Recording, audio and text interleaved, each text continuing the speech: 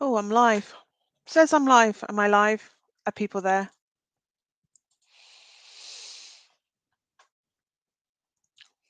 Let me know if you're there. I'm just popping on Saturday night. I can't watch films because I don't have the concentration. I can't watch films because I don't have the concentration. So I'm on to do readings. So hubby has the kids watching a film in the house. Hi Sam. Yeah, hubby has the kids in the house watching a film. Hi Leonie. Hi Tina. So yeah, hubby's in the house with the kids. So um I do, my ADHD means that I cannot sit for a whole film. It's just not in me to do that. But welcome to my tarot room. Welcome to the tarot room. So I have, hi everybody. Hi Tracy. Yeah, we've welcome to my tarot room. The shelf up there is looking a bit leaner because I've gone through my cards a little bit and I'm getting rid of some. So they are on the shelf over there with all the Etsy shop stuff. So I'm not selling them on Etsy necessarily. That's just where they're stored. Anything that's kind of, it's my leaving shelf. Let's put it that way. Things are supposed to leave that way. So yeah. So if anybody, I might put them up on the wall. Who knows? So I'm just getting out all my wonderful decks for the evening. We're going to have pandas tonight. We have Nordic fairy tales. We have, well, we're coming into Pride Month, so I'm going to be getting my Pride decks out a bit more, my LGBTQ plus decks out a little bit more, and I've got some of my favourites. So I know, and they're all down there. So basically, this amount of, and there's a couple over there. This amount have gone this evening. So I have had one donation tonight, so that person will get prioritized when they're on. So if you donate, please let me know so I don't miss you. I've had one lady who donated a few weeks ago who I haven't seen since, and I didn't know she donated. So if she pops on, she gets a read automatically. But I do have one for tonight as well. So if it was you, let me know.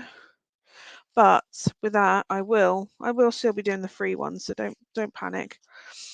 Don't panic. I will still be doing the ones. Hi, everybody. Hope everyone's had a good week. I can't believe yesterday was the last of seeing Johnny Depp and Amber Heard in court. Now we just wait for the verdict. I don't know what way it's going to go. One's got it on like fairness and one's got it on law, and it's just anyway. Hi everybody. So as the person who donated isn't on yet, I'll give them a little while to see if they come on. Otherwise I will I'll move on. So if you'd like a reading tonight, let me know. So yeah, welcome to my tarot room. Also got my sad light on. I don't know why I've got my sad light on. Maybe somebody needs some sunshine. So let's see. Who have I got? Lisa Dunman Zavala. Let's go with you. Oh, I can bring the comments up, can't I? So you know who it is. Look at that. Then you don't need to know what my name is. For you, I've grabbed pandas. So let's see. What do we have for you tonight? Oh, what's the undertone of that? Okay. Just going to bring my little card stand over. My husband makes these, so he makes me little card stands because he's very clever like that.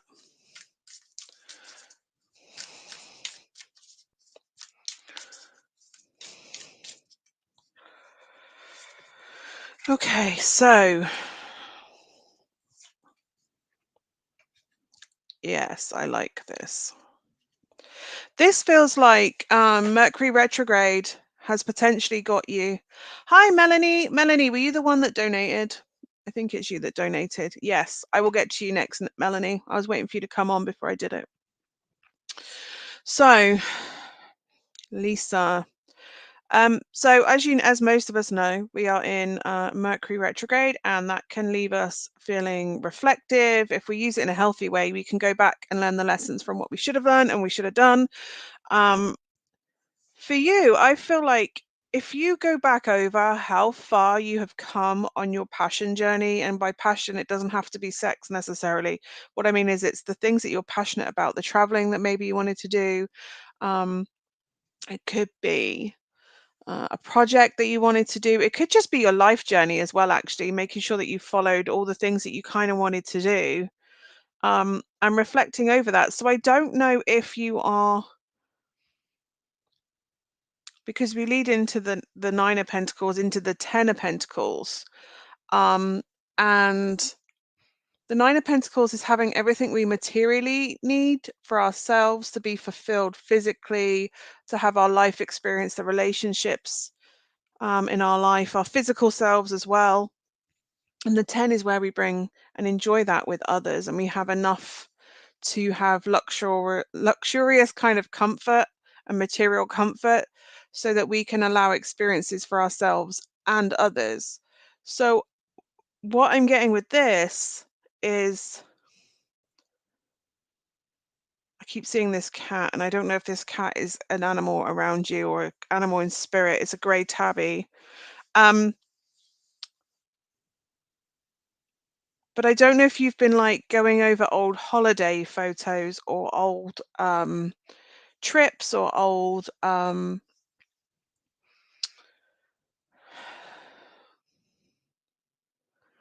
places that, I don't know if you've been thinking about going back to the place that you grew up in.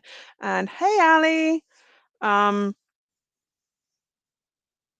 yeah, the old places that you used to go to, old holiday haunts, old places that you've traveled to before, and whether you're thinking about bringing in, um, sharing that experience and maybe visiting those places with um, family or those around you. Um, but there is something about sharing your experiences and sharing your travels and the things that you've learned along the way on your.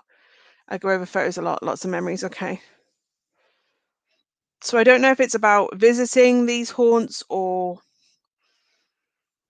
creating new memories or going to new places with family and making, instead of going, oh, this was a great place, talking about all the things you did, there's still time for you to make, there's still a place and a time for you to be making new memories. And I don't know if China has been on your list, and I don't even know if China is possible. And maybe China's coming through because um, I have pandas, but it's about looking to not being stuck in the past memories and looking at how you can make new ones with those that mean the most to you, so that when, God forbid, not anytime soon, by the way, so when we pass over, that is our legacy. That is what we leave for those behind us, is those memories and those lessons. And I don't know if there's like a going on holiday with the family vibe going on, but that's what I'm getting with um this reading. And also a love of a rainbow. Love a rainbow. Oh, Japan. Okay. Well, there may well be enough material, finances and resources around for you to be able to do that travel. Um, because we have the Nine of Pentacles, which is being in a place of comfort anyway. And the Ten of Pentacles, sometimes that is a windfall coming in. Sometimes that is, we just find ourselves in a more affluent place.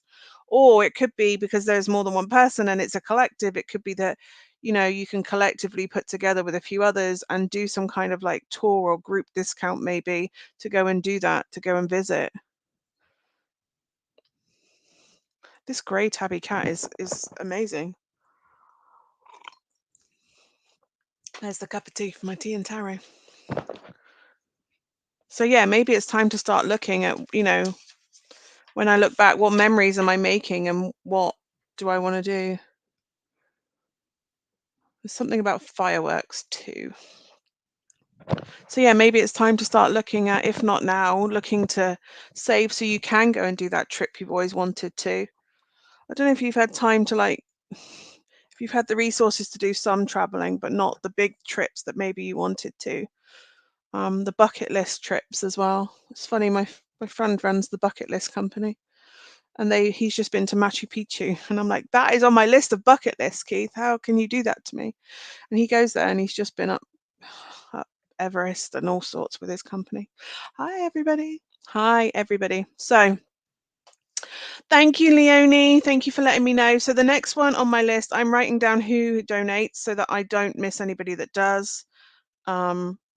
So Melanie is first, and then we have Leonie in second. Okay. So yeah, just let me know. How much do I donate? However much you feel called to donate, Doug. I don't. Donations aren't obligatory. I am doing free ones as well. It's just, I'm just trying to prioritize those that do donate. I'm just putting the link up. Thank you, Dawn, for sharing that. And again, let me know if you share, and I'll try and honor that. It's just obviously if people have donated, I like to prioritize those. So who am I feeling for Melanie? Yes, let's go with you, Numinous. You can try for Harksa, but today is not. You can go next. Or maybe for Harksa knows something I don't, Melanie. Yeah, that's what I was. It is a 9 that leads to a 10, Lisa. So 9 is kind of having the comfort and luxury to do not the dream things, but you have that extra bit of comfort and abundance to do that. Hi, Gemma.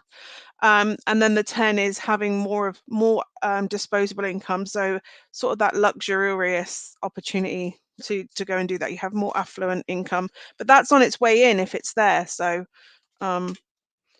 yeah, the potential for it is there. You may get some amount of money coming for you, Lisa. So I'm just trying to find Melanie's comment so she knows it's her. There we go. Melanie Long. Hi, everybody. I take it none of you are watching the UEFA Cup. Or maybe you're here avoiding the UEFA Cup. I don't even know who's playing. I just, as I come on, there was a goal in the bottom corner of my computer. Okay. Flo, yes, you can. You can absolutely say yes or ask a yes or no question. It's a bit short-sighted to use tarot in that way, but you can absolutely use tarot for yes or no. It kind of closes down the potential that tarot can give you. So feel free to ask that question, Flo. Is it Liverpool, is it? All I know is the one that's with the girl from Little Mix. You got a friend request from me? If you got a friend request from me, you will not get a friend request from me. That's not me. That's someone pretending to be me.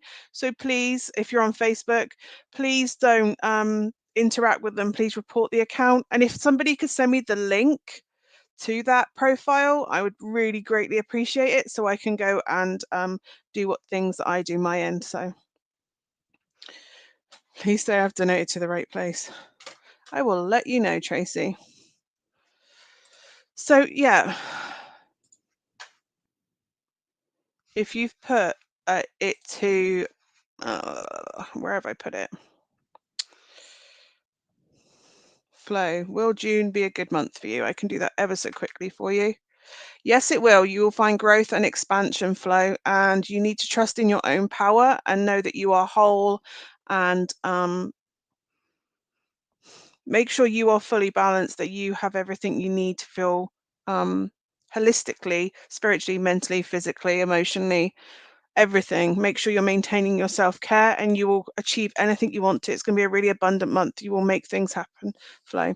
So Melanie, I haven't got it yet, but I will check the other one in a moment.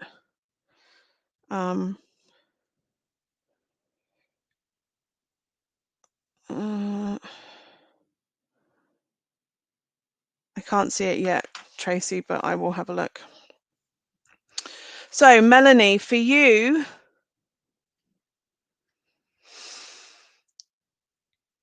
you have really been healing and building yourself back up in a way that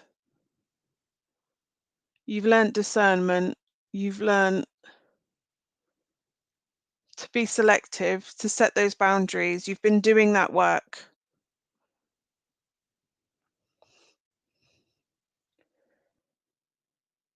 And I don't know if there has been a book that you're reading. Um,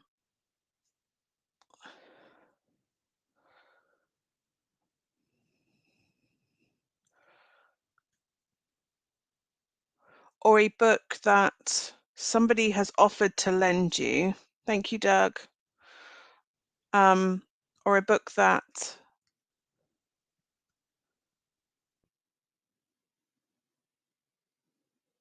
there is a book that will be suggested to you or given to you or lended to you. Someone will give you that book, and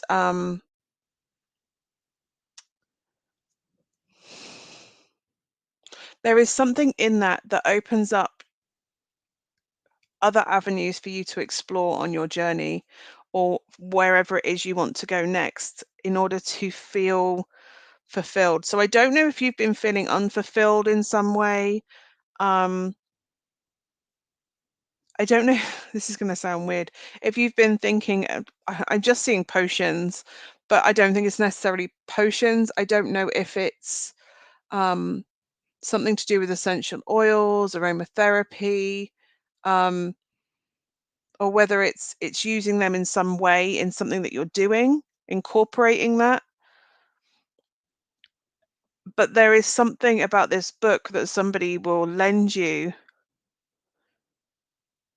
that kind of open or something. If they don't lend it to you, then they recommend it to you. And I think you can get this book in the library, so you don't need to necessarily buy the book. You can go and get it from the library, or at least get it in the library and see if it's I will absolutely let you know that, Louise, and I totally appreciate that.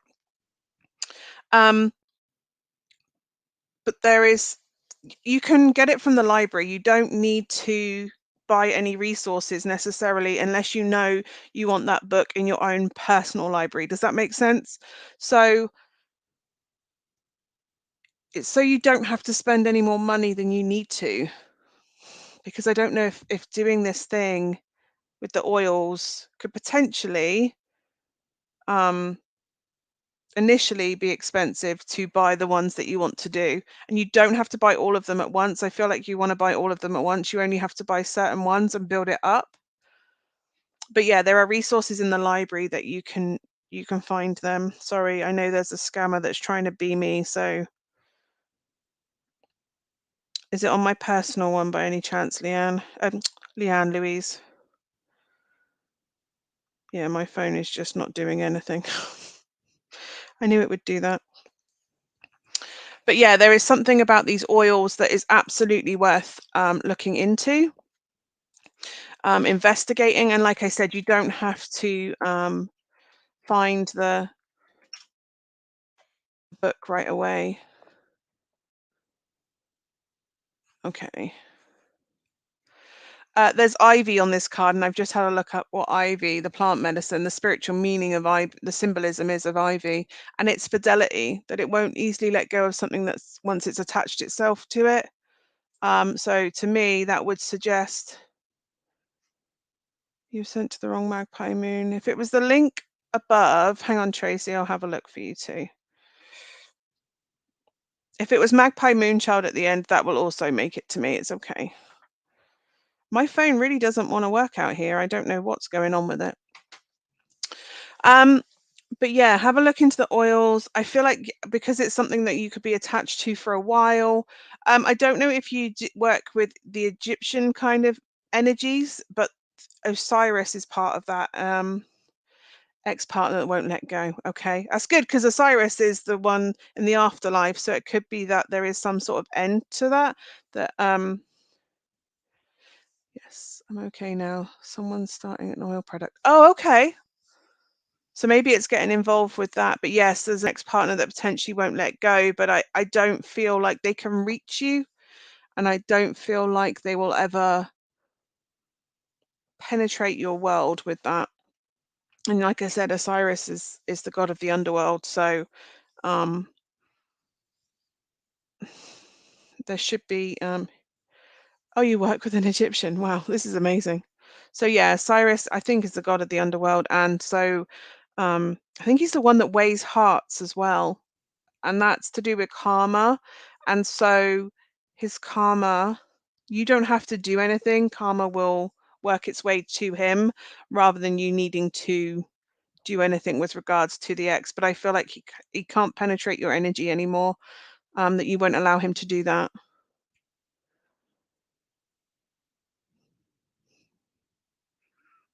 I don't know if you thought about dyeing your hair funky colors, but you can do that if you want to. Hi, Jesper. Yeah, I don't know if you thought about doing that. And if you're not 100% sure, you can try it with a wig. And I don't know why I need to tell you that, but there you go. I hope that helps, Melanie. Okay, Leonie. Now that's what you wanted that for. That's okay. Let's see. Let's see. As I said, if anybody is, oh, Brooke, I miss you so much. Oh, I love that they've stolen my hair and picture and everything. So yeah, if you're not sure, Melanie, like you can absolutely, you can just get the bottoms done, she says, with her hair really needing topping up. Try a wig first. If you're not sure, try a wig. Spirit knows everything. I don't know if it was purple that you were thinking of dyeing your hair, but yes, try it. Spirit knows everything. That picture was of great help, Louise. Thank you. But yes, if you get a friend request from me, I will never. Well, first of all, I'm a page. I can't send you a friend request. Secondly,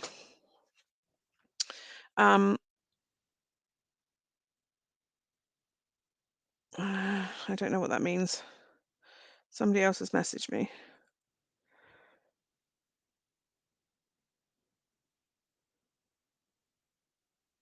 Oh, that's my real thing. So yeah, if somebody is trying to be me, it's not me. If someone could send me the actual link of the profile, I appreciate the screen grabs, by the way. Also, that profile is in capital letters, so it's definitely not me. But if there is a link to that profile anybody could send me, that would be really great. Isn't it wonderful, scammers? I suppose I should take it as a compliment.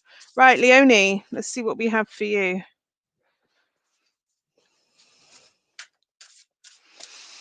Okay.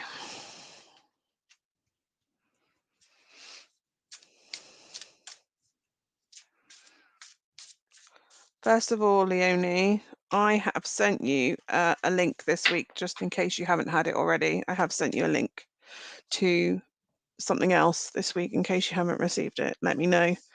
And I can send you the link again. It's gone to your email. But things are changing for you, and they've been changing for a little while. Thank you, Samantha. They've been changing for a little while, actually. These things, you have, Sarah, thank you. Oh, you did. I'm glad. Things have been planting for quite a while, and transformation is a transformation phase, basically, and transformation is never easy. Transformation is painful, and we have to completely break down in order to build back up again. And I feel like you are really slaying dragons. And I say that because of this card. If you look, she's stood there and she is slaying dragons. And there's all this memory of past battles. Poppies to me are past battles. We have poppies when we have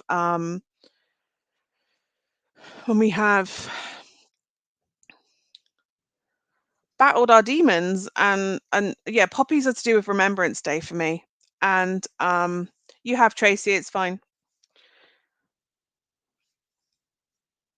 Even if you put Magpie Moon or Magpie Moonchild, both will reach me because I have 2 PayPals, just because I put Magpie Moonchild once and nothing nothing went there. So I had to create it anyway.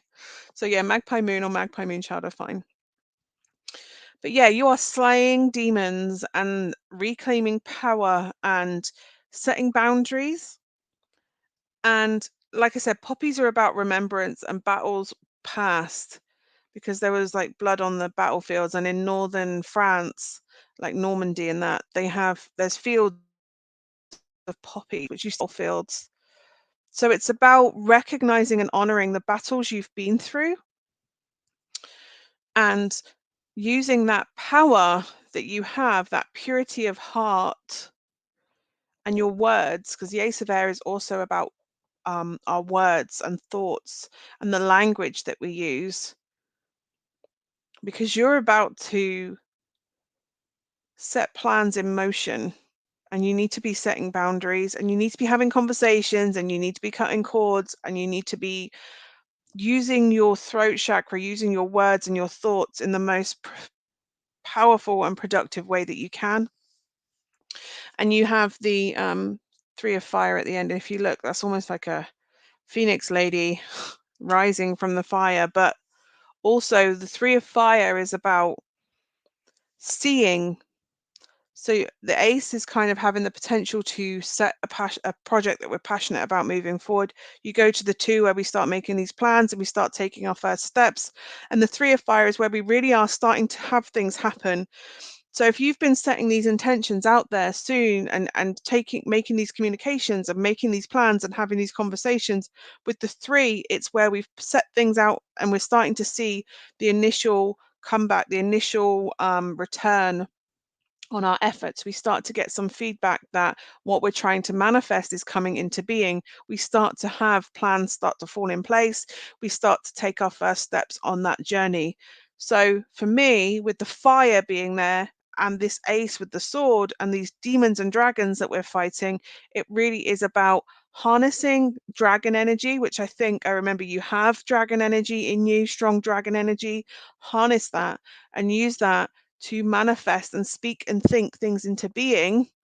And very soon, very quickly, fire is very quick, within like probably days, if not weeks, you will start to see things manifesting for you. The more you claim back your power, the more you push forward with your plans, the more you know and speak things into being and manifesting, the much quicker this change happens for you. But part of this is leaving old ways, old patterns, old things that don't serve behind. Honor the things that you have left behind or had to leave behind. Absolutely. Thank them for where you're going and where you've been. Sorry, I'm on Leonie, so I'm going to change what the name is on there. Do that. Honor that. Start a fire. If I'm concerned if I can move forward or not with how I feel. Okay, only you can make that decision. And with that being the ace there, it is full of potential. And that potential is there so that you can grab it at any time you feel you need to or want to or are able to. So if you're not in that place where you can start that energy, it's telling me that that potential is there for you. It's just that you maybe need to grab it. It's your option, it's your choice whether you grab that or not. It's up to you whether you want to start that journey, whether you feel, but I feel like once you change the thoughts and you start having the words and you start communicating and you start using the power of your throat chakra, the words that you tell yourself, the words that you put out into the universe, the thoughts that you have, the way you look at things and change that, then absolutely that will help you to start getting those plans really into motion so that they're not just plans. You're starting to take the steps that you need to in order to get to where you want to be. But again, I'm not going to, it's dragons and demons that she's fighting there. And like I said, you have this transformation phase. That transformation is easy. It's deconstructing down to mush and building back up again. So it's up to you. And if you want to wait till Mercury comes of retrograde next week until it's a better time to have those thoughts and to have those words and conversations, then wait until Mercury is out of retrograde on the 3rd. But it's it's up to you when you claim it. It's there when you want it. It's up to you to claim it when you want to make that choice to do it. That would be why it's an ace, because it's potential. The full potential there. It's up to you if you want to bring that in. I hope that's useful, Leonie. Tracy. Tracy.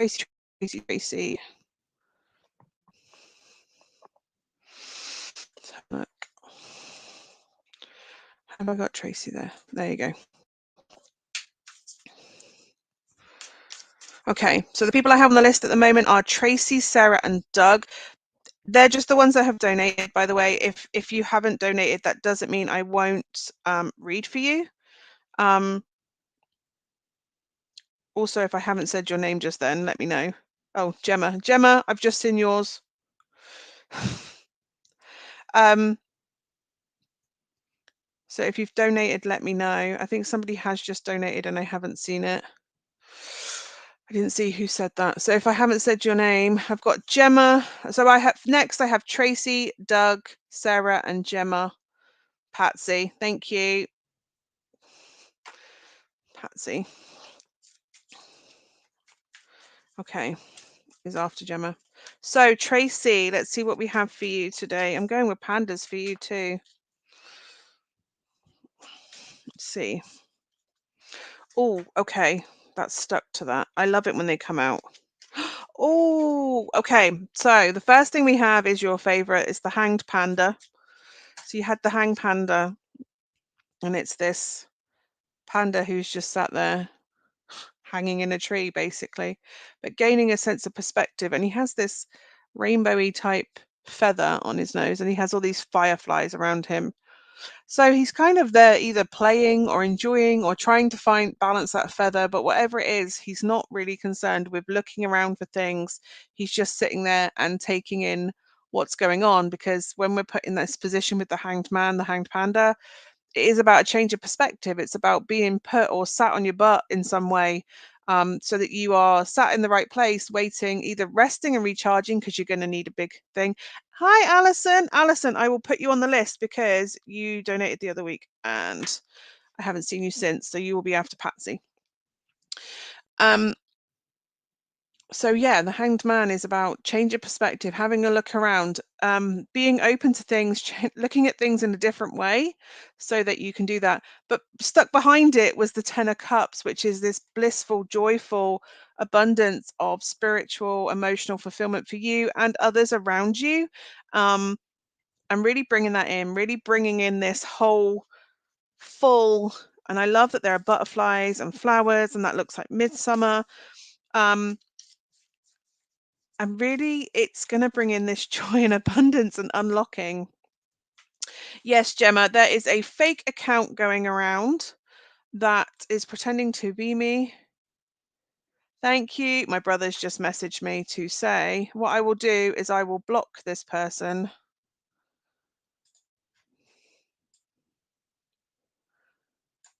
And if everybody could report that it's not me, for a start, I wouldn't send you a friend request. So hi, everybody. So if you are getting a friend request from them, I have just blocked them from the page. So let's just see. I've blocked them from the page, so they shouldn't be able to see you. But if they have got hold of you, they are not me.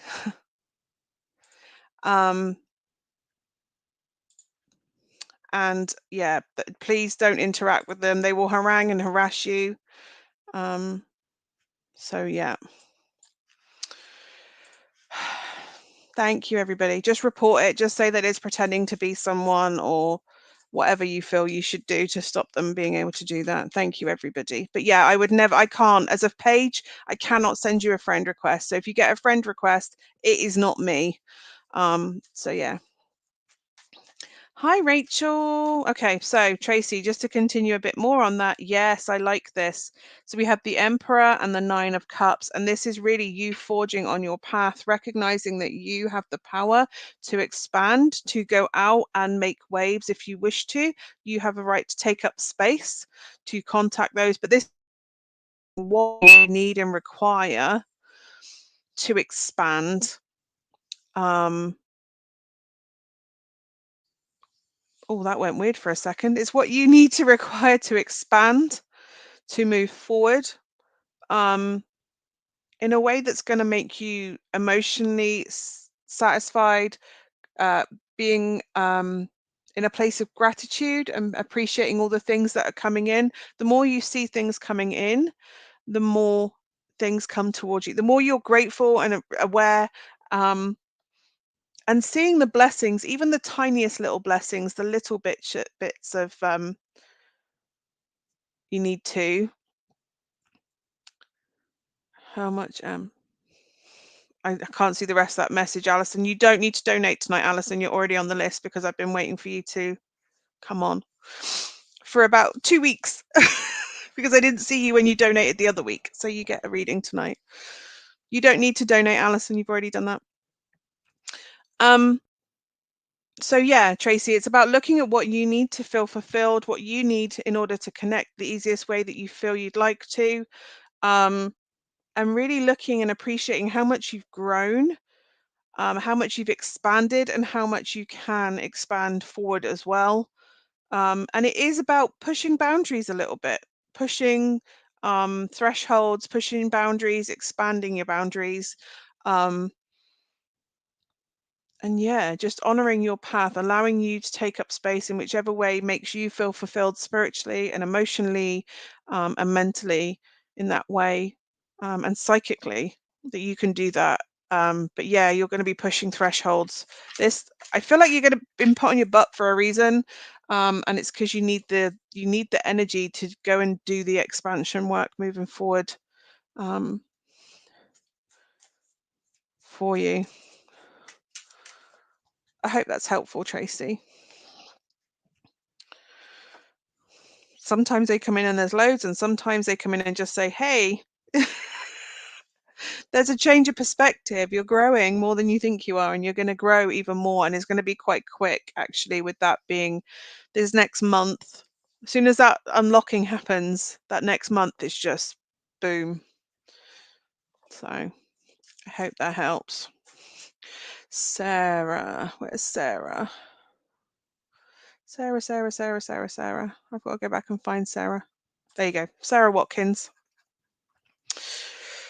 Okay. It feels amazing, Tracy. I'm not going to lie. I'm glad, Tracy. I'm glad.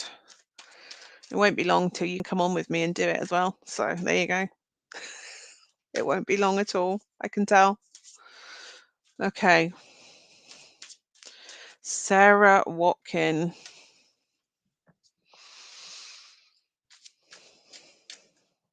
First of all, if you are seeing ravens, there is a reason you are seeing ravens.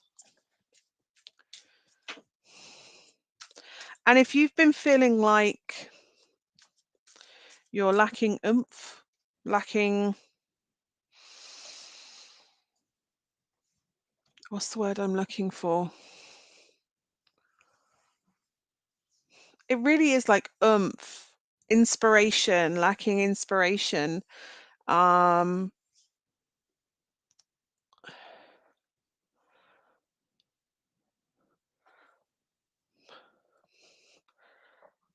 don't know if you felt kind of trapped in a way with your energy.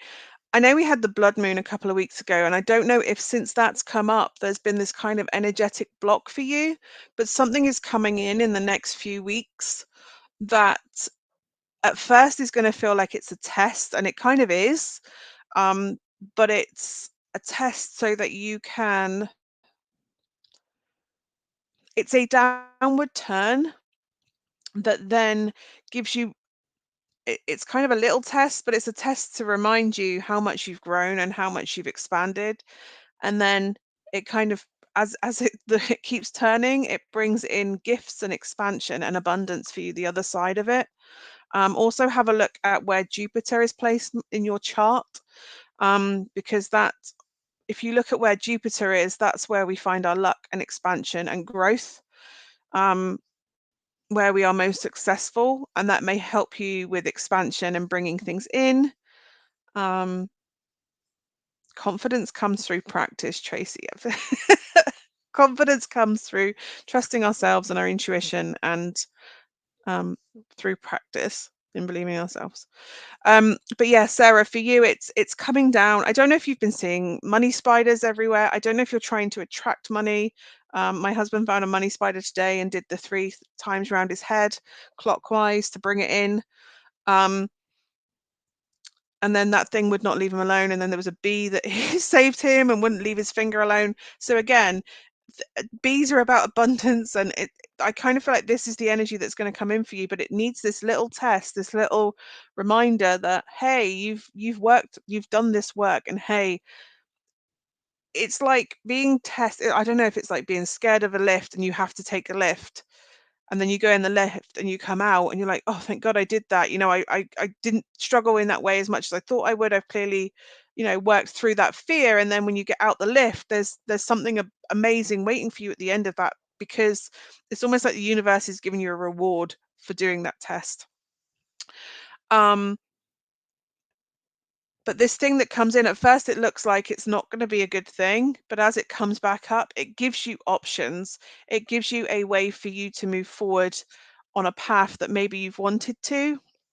You've been lacking balance in some way, materially, potentially, or physically. I don't know. There's something that's been lacking balance, or having to make a choice between two things. And I think when this comes in, you will find the balance you need for both things to happen concurrently at the same time. You can do both things. I don't know what is happening with these words that are coming out my mouth this week. I don't know half of these words, but there are two things that can come in, and you won't have to choose, because this is coming in to test you. As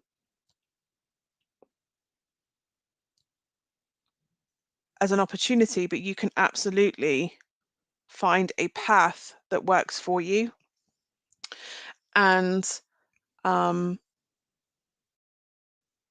you can balance both things that you want to do. You will find a middle path where, whether that's you bring in help, whether you have a conversation where somebody can help you with that balance, but you can balance both things. You can juggle your material world to make both things happen for you. And I think doing both these things will give you the growth and expansion that you want mentally, physically, on all the levels, as well as it just feels for me either finding financial resources or time resources or support, but whatever it is, you will be able to juggle both quite comfortably, in order to achieve what it is you want to do. I don't know if this is like a night class or something, but by the next full moon, so we're like talking what, another 2 and a bit weeks, because the new moon is this weekend. So if you want to set intentions this weekend, bear in mind we do have Mercury retrograde, but you can set intentions this weekend. Have a look at your rising sign to see how it can benefit you as well with this new moon. But for you, absolutely, you can find balance and you can find a path forward, Sarah. And you can find that sweet spot in the middle. You do have options. Consider all the options. Don't dismiss a no straight away. Have a look and research a bit more, and you'll realize there is a way for you to do what you want to, in possibly more than one way. But until you research, don't write off an opportunity before you've researched that you can take it. I hope that's useful in some way, Sarah. And I will try and do a timestamp, because Sarah doesn't seem to be here right this second. So I will timestamp. Is Doug still here? Doug.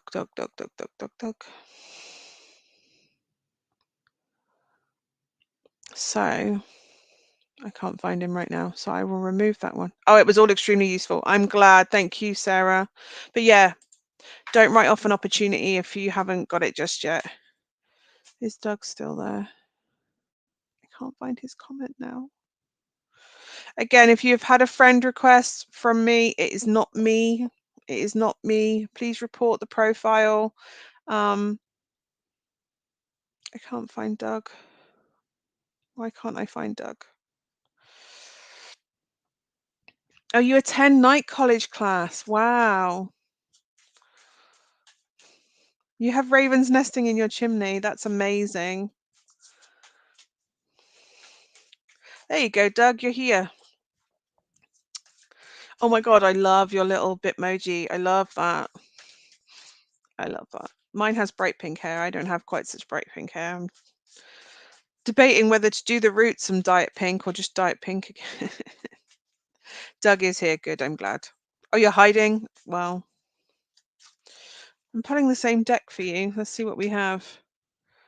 Okay, Doug. Are we celebrating something? Should we be celebrating something? Let's find out. Oh, wow. Okay. So I don't know if you have reconnected with someone or discovered someone that feels like it's a really easy fit. This doesn't have to be romantic, by the way. It can be a spiritual one, or it can be a friend or an old friend, but they kind of feel very similar to you.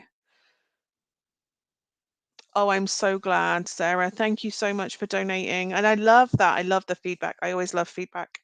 Thank you, Alison. I think I will do that tomorrow because I have tarot class to teach tomorrow. It'd be nice if I recorded myself not looking so pale in there. Hi, everybody. Don't think so? Okay.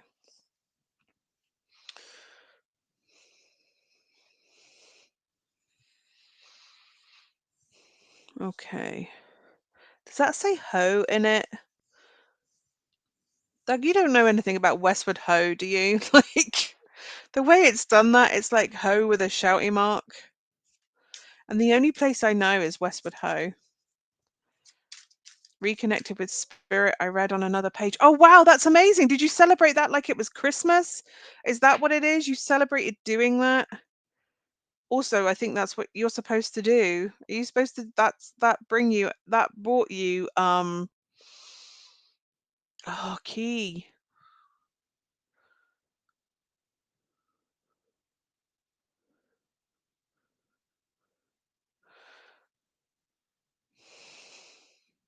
Is this you developing in some way?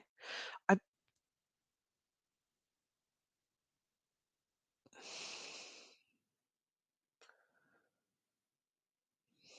No. Okay, it's fine. Westward Ho. I just love Westward Ho. It's by the sea. It's near Bideford, and it's where I grew up. Bideford. Duck, duck, duck, duck, duck. How did the reading go? I feel like these two are very similar. They have sunflowers. One has a full moon, one has a new moon. Are you supposed to read again next week?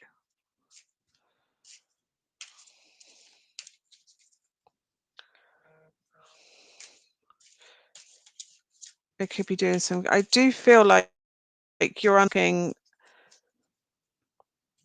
It feels like you're relying on yourself a lot more, or trusting your.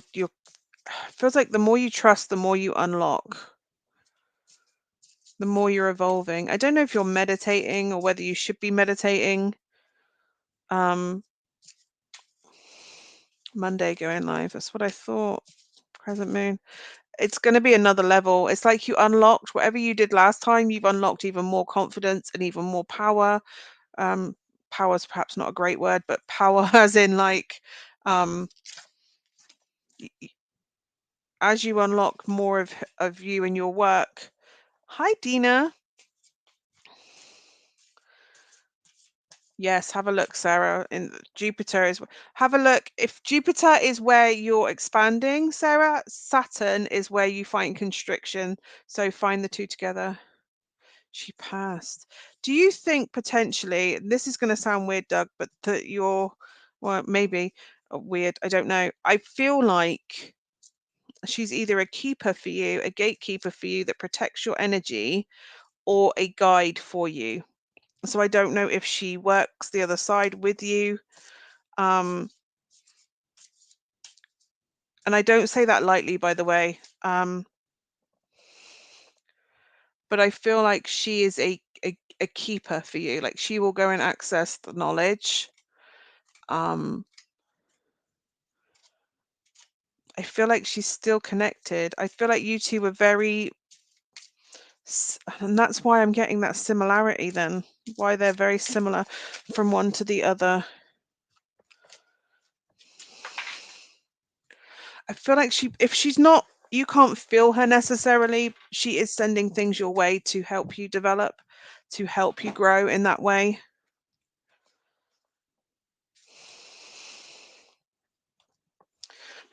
I've told she will work with me. Had that from, yeah, it does feel like she's round you. I feel like birds in particular are a symbol for her. I feel like she helps you unlock things. She has real goddess energy, like lots of bird symbols. I've got a cardinal. There is a magpie on here. There's also a peacock on this other card. But I do feel like she is a guide for you. If robins were okay. There's magnolia on this as well, and cherry blossom. So it does feel like, and it's Taurus season, which we're just coming out of. So I do feel like the last month or so, she's really been opening things up for you, sending you signs, sending you connections that maybe for you to develop in that way. But I do really feel like she is a guide for you, and I like saying that lightly. But yeah, Monday is should be real growth for you. I think it's really you stepping into your power. There's a grasshopper on there as well. I don't know if that is of significance.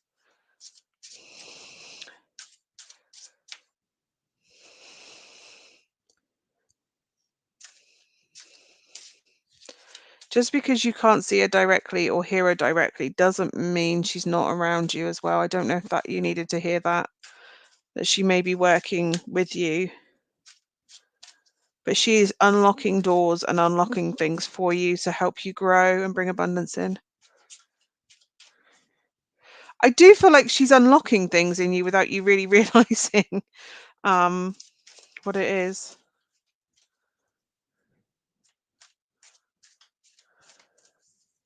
Let me did you say you're doing a live on Monday? Could you send me a link for that live? I'd really like to watch your readings. I'd love to watch that. I would love to watch you in action, Doug. I would love to. I really do feel like she's round you. Yeah, growth and expansion. You're well on your way, Doug. Oh, Dina, if you're feeling emotional today, be gentle with yourself. You're an empath as well. Make sure you've got your bubbles up. Make sure it's yours you're feeling and not other people's. I know you know that. But yeah, Doug, send me where you're reading. I'd love to come and watch. That would be amazing. But yeah, she's really unlocking things. Yeah, you have the Empress. She is your counter. She is your counter. She's you're the Empress. She's the Empress. She's sending things so you can grow.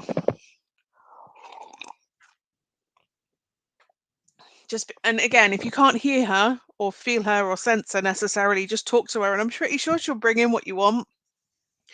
I feel like that's what she's out there doing, helping you connect.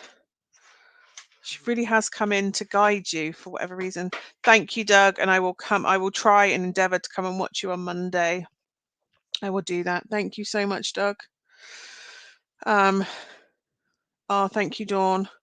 Okay, so I have Gemma, Patsy, and Alison for the next 3, and then I will get onto those that have shared, and I'll get onto those that have so if you've donated and I haven't said your name, Gemma, Patsy, or Alison, let me know, and I will do that. But again, if you've donated, thank you. First of all, thank you so much. If you have donated, you don't have to donate to get a message. I just prioritize the ones that have. I'm just trying to find Patsy's comment. Gemma first, actually. Sorry, Gemma.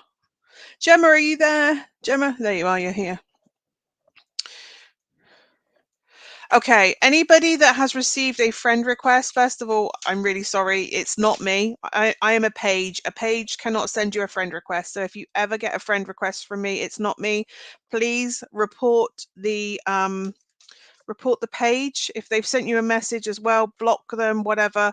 But it is not me, I can assure you. And if it's the one that's in capital letters, they seem to have made their profile name capital letters. So yeah, feel free to report it and say they're pretending to be another person or whatever. But yeah. Oh, you're more than welcome, Doug. And I will try and pop over on Monday and watch you. Okay, so thank you, Sammy Joe. And I'm really sorry to anybody that got a friend request, but I will never send you a friend request and I will never inbox you. You can inbox me and I will talk to you through my inbox. I will do that, but I will never actively inbox you or ask you to inbox me, or I will not send you. I can't send you a friend request. I'm a page. So, okay. Gemma. Oh, lots of potential. When you sit, first of all, I noticed you went out and about today, and I just want to say that made me smile. Big smiles, I'm not going to lie. Also, I'm very jealous of the slushy.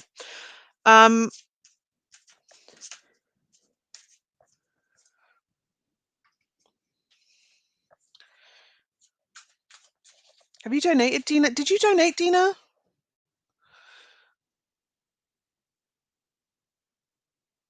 Ah, Lisa. I have Lisa to add to the list. Oh, Alison, you do lives? Oh my God, Alison, send me your links. Oh my God, send me your links for everybody. Anybody who has a live, send me your links. I really want to watch some other readers. I'm in this place where I'm like, I need to watch other readers, other people. Okay, Gemma. It does feel good to go out, right? It really does, especially if you get a slushy at the end of it. You are about to get something come in. Something come in. I don't know if it's like an epiphany or something divine is going to happen to you. And I'll show you the picture, right? So it's this. If you see that meteor hitting a mountain, hitting Earth, something coming in.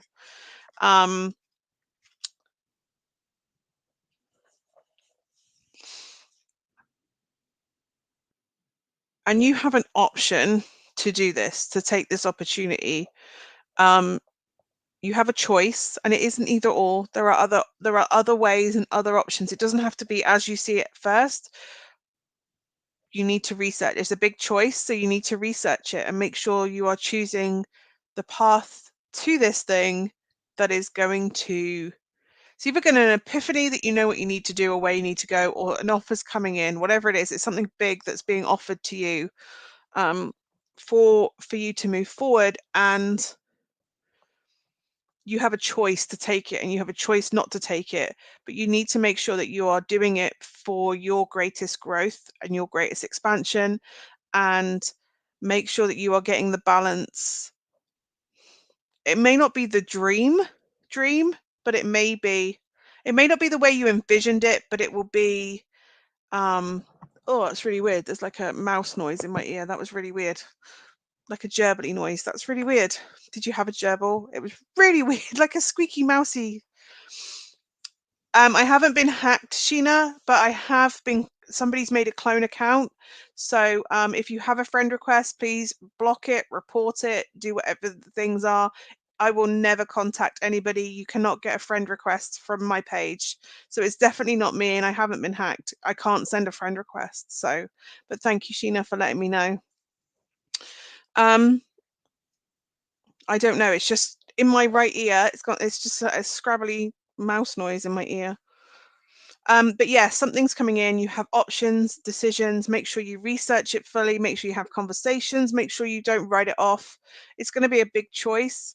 Don't allow anxiety to hold you back. Thank you, Sheena. Don't allow anxiety to hold you back, because this is you moving forward. This is you starting to get to where you want to. There's something about a lighthouse. For some reason, it's telling me Portland Bill, and I don't know why I'm getting Portland Bill, which is down near Southampton. I don't know if that's a thing for you, but it is literally saying Portland Bill, and it's singing. My dad's singing Portland Bill. Oh, okay. It could be either or, but there is anxiety around it. I don't know if you find wind chimes really triggering, you know, the ones that hang in a garden. Anyway, I don't know if that's like a sound sensitivity thing for you to have wind chimes, and I don't know if that's it. Oh, do you, Alison? Why do I not know you do that? Clearly, I've not been paying attention. Oh, you've been wanting to move that way. So yeah, there is potential that that can happen, that you can move there, that you can do that. I don't know if that also leads you to other things, and I'm seeing the unalome on there, which is it's the symbol for working towards centeredness and balance and on our spiritual path. So I don't know if that move also allows you to move forward. Maybe the two things are tied in the same way. You can make both things happen if you choose to. But I feel like the only thing that holds you back is fear, really, and the anxiety around it. Um, there is inevitably with any big change going to be this energy of um, your resonance being out of alignment for a little while, is what they're telling me. Um, but you find that calm again. You do find that calm again, and you can move forward towards to where it is you want to go. Also, near Portland, can't you get the ferry to the Isle of Wight? Is that a holiday you want to take to the Isle of Wight? I don't know. It feels like there's healing that could be there for you. But there is something about that place, and there are options, and you have a choice to do that in a way that you have control of these things moving forward. You have control of um these paths forward for you. There is healing.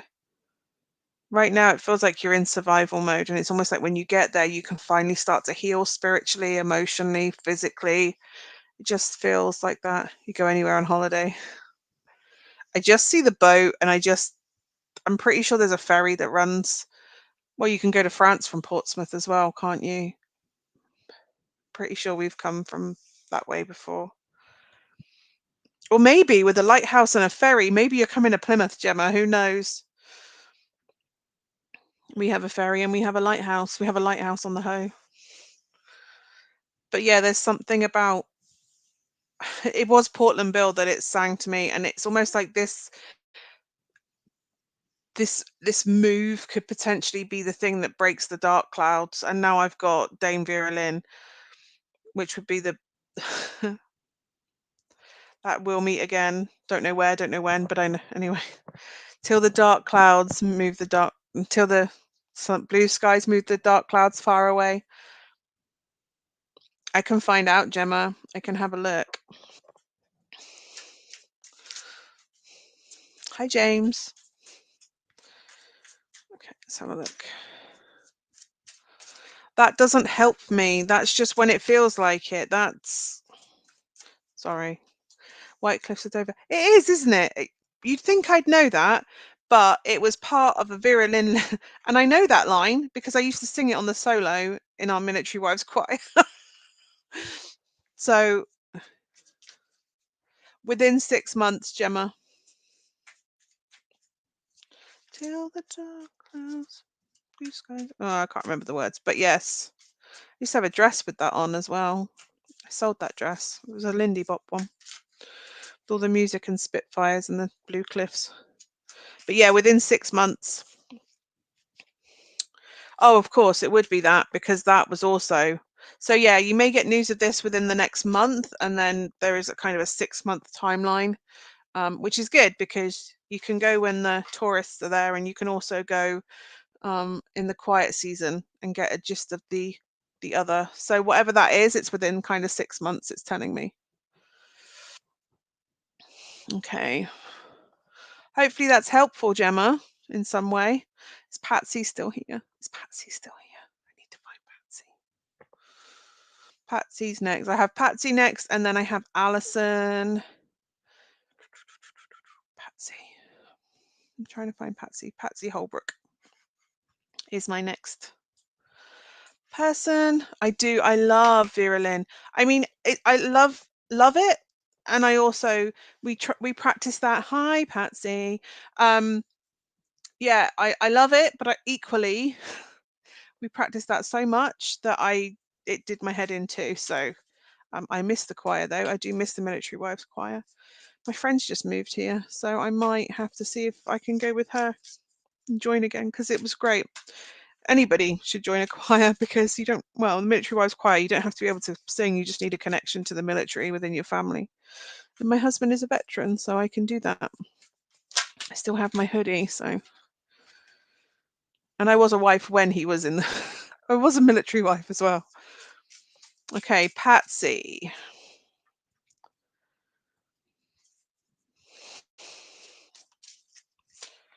You have been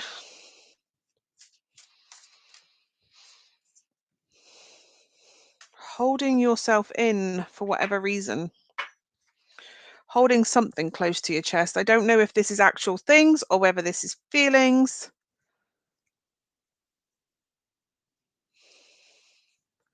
But there is something.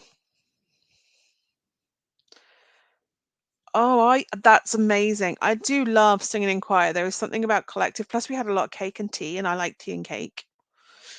It was really nice. Choir music's amazing. Patsy, you have a strong foundation for something that you want to do, and you're holding yourself back for whatever reason, or holding something in that you are more than capable of doing. You have all the power that you need. You have all the skills that you need. You've honed this, but there is something that you're holding back with from doing. It tells me you have a very strong foundation, and you probably already have the connections that you need. So I don't know if you feel like you would be being selfish to do it, or that you feel the material resources aren't there to do it, but you have the tenacity to make it happen. And there is a choice coming up for you that you could go and do it, but the choice is to do something that is easy, which is to keep going and neglect what you need, or neglect what it is you want to do, or neglect yourself from expressing this outwardly in some way into the world, or doing what is right, which is often hard, right? That's the Dumbledore quote. There comes a time where we choose between doing what is right and what is easy. And right isn't the easiest choice. It's a hard choice. It takes work, it takes effort, it takes graft. There is going to be some constriction. I don't know if this is a career thing for you. Why am I getting rum? Who likes rum? Anyway, there's the opportunity is coming it up for you to do it. So I don't know if this is you getting a heads up so you can get yourself prepped in case the opportunity comes up, or whether you choose to do it once you've gone into it a bit more. You do have the tenacity to make your dream happen. I just worry that you think you're being selfish to do it, whatever this is.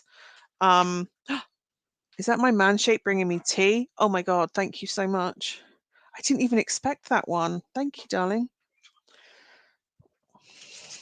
Love you, puppy. Is she staying here with me? Can you just move her bed to there? Oh, puppy. You definitely know this. Good. That's right. This is my puppy dog. Oh, she's pulling my headphone off.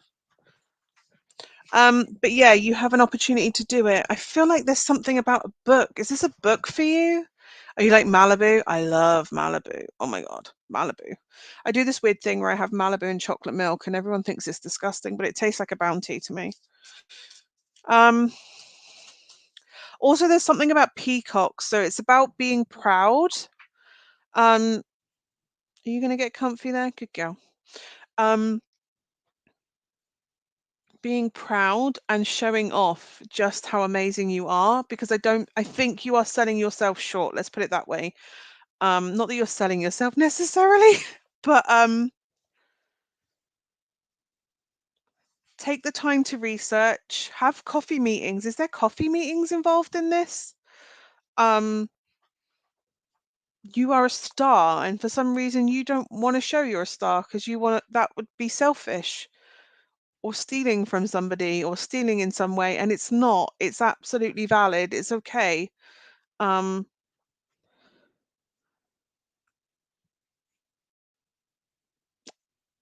this is potentially going to involve travel for you as well. So have the meetings, make the connections, because this feels like this is your path, and there will be travel involved with this. Leave the communication until after the 3rd of June, just because I feel like 2 weeks' time is the time to start these conversations and start the movements. But yeah, you have the Ace of Pentacles there, and the Ace of Pentacles is, yes, this is a thing that could absolutely bring you in abundance, and it could bring you in a lot. But it's going to take hard work and effort and sacrifice and energetic input, materially, physically, all these ways. But you can make it happen. It's up to you to grab the opportunity. It's an ace. It's there for you to grab. But if you choose not to do it right now, that opportunity isn't necessarily going to be lost to you forever. So if you feel like you're not in a place where you feel you can do that right now, you can be a little bit selfish. You haven't stolen anything from yourself if you haven't done it. You haven't lost the opportunity. You don't lose the opportunity. It's always there for you to grab and claim. But like I say, it's going to take effort. It's going to take sacrifice, but it should be successful. As long as you put in the time and effort and the graft, it will be successful. You can make it happen. Are you a Gryffindor? I keep getting Harry Potter with you, and I don't know why it's Harry Potter, but there is so much Harry Potter. Gryffindor, and I feel like there's a Gryffindor and a Ravenclaw that there's, or maybe you're a Gryffindor or a Ravendor. But yeah, there is this energy of having the connections, making it together. I support neurodivergent children, receive my own. Oh, good. I'm glad. As a neurodivergent myself, with neurodivergent children, keep going if it's, especially if it's tied to that, because I feel like that diagnosis also will give you some clarity, I think, or some confirmation. Yeah, I feel like it gives you that vision. And as you said, as I say, oh, they are that long-term vision. That is a long-term vision, like having vision and starting to put most things into motion and seeing it come back. Oh, you've been talking. There you go. That's also a panda corn. So I don't know if it's to do with unicorn energy for you. There's crystals there too. Unicorn energy, crystals. So yeah, I'm glad, Patsy. Okay, Alison. Which one for Alison? Is it over there? It is, it's over there. Bear with me 2 seconds. I'm just going to grab a deck. Do you want to go out? Okay, go back with Daddy.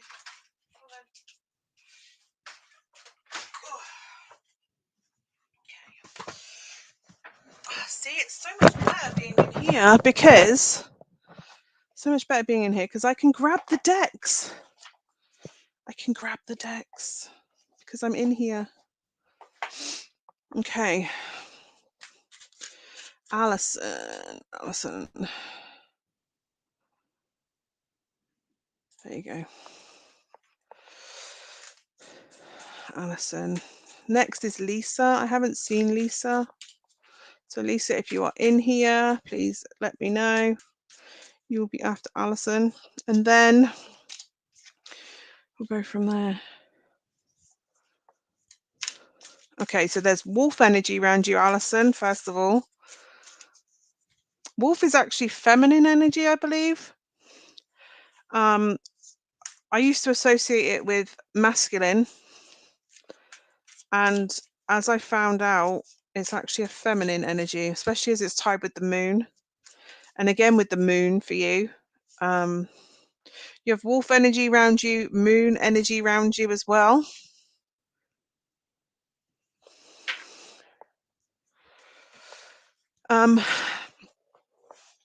First of all, if Lorna has recommended water stuff for you, listen to Lorna.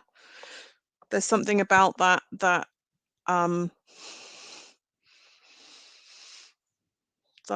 should be heeded or listened to, especially if it's releasing in water. You're wearing a Gryffindor t-shirt. I love this so much. I am a Hufflepuff. So, yeah, I'm a Hufflepuff. Play the long game. Yeah, there's whale energy around you, a whale guide in particular. But this wolf energy, I feel like this is wolf energy within you rather than a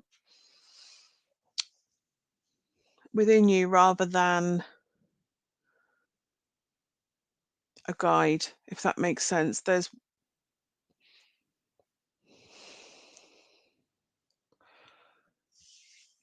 full moon. Also, I don't know if you're most powerful around a full moon. I don't know how you were the other week with the full moon that just happened. That was a super full moon. And it might have, with it being Scorpio and a lunar eclipse, full moon, a lot of stuff might have come up for you to be cleared through and worked through. And my camera light just changed then. But there might have been this energy of messages coming through, things coming up to the surface that are for you to process, or triggers coming up for you to realize how much work you've done. Yes, there may still be work to do with those shadows and those triggers, but you can realize that they're not triggering you quite as painfully or quite so harshly. And it's about celebrating that. And then, first of all, honoring that it isn't as harsh as it was, but also honoring that there was still stuff, there are still things to follow down with the threads. And again, allowing you to making sure you're allowing yourself time to step back and reflect with, okay, I'm not that version of me. I've done this work, but this is still triggering to a certain extent. And do I need to, what do I need to still work with? How do I keep following that thread down to get to the bottom of what it is and what I need to do and how I move forward from that point and find that gap again, and that it gap again, why am I saying gap again, that path again, the path back out, the path of where it is I want to go from here. And I know that moon definitely is part of your working with the moon, assessing what parts affect you and how, when you're most productive, when you need to rest,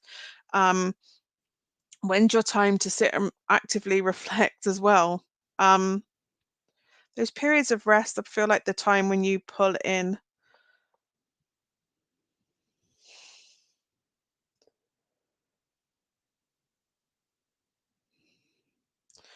I'm getting Beauty and the Beast for a reason, some reason as well. Belle more than the Beast. Beauty and the Beast. I don't know if that story is of any significance or that film is of any significance for you, but absolutely honor. I feel like there's a women's circle. I don't know if, or a healing circle or some sort of development circle that either you're thinking of joining or creating.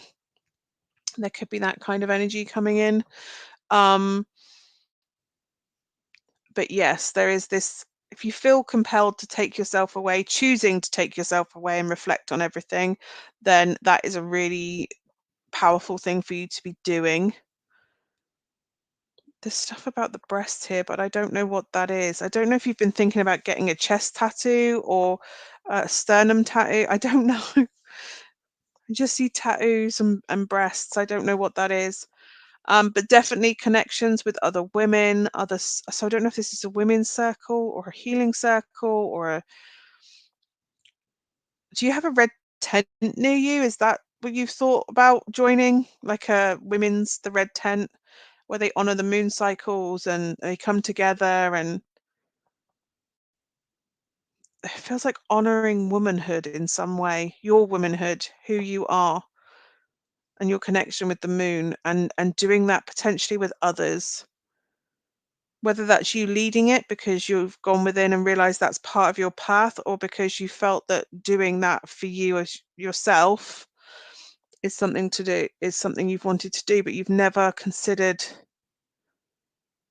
What is this with the woman, with the water, women in the water?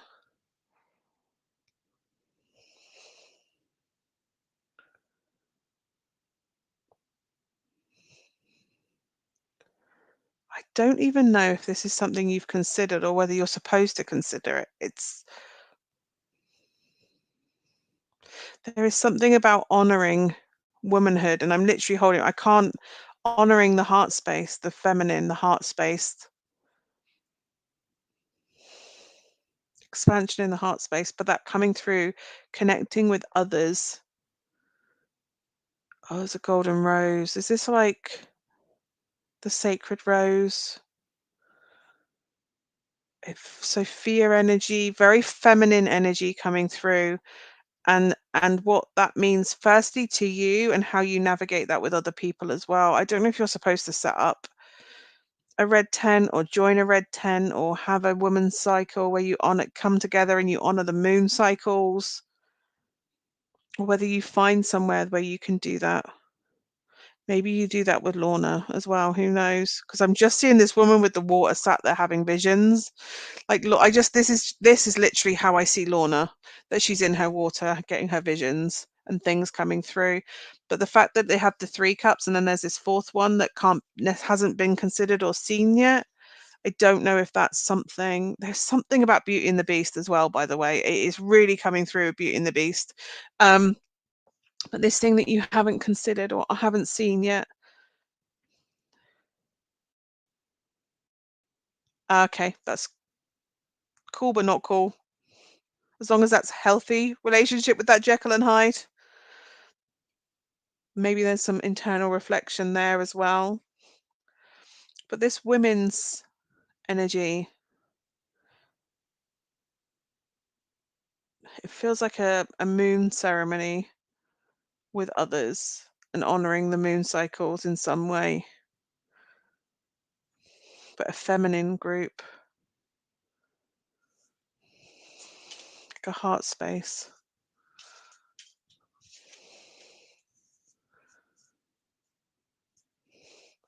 With regards to the beast, I believe there's healing there to do. I don't know if he struggled to have stability in some way. I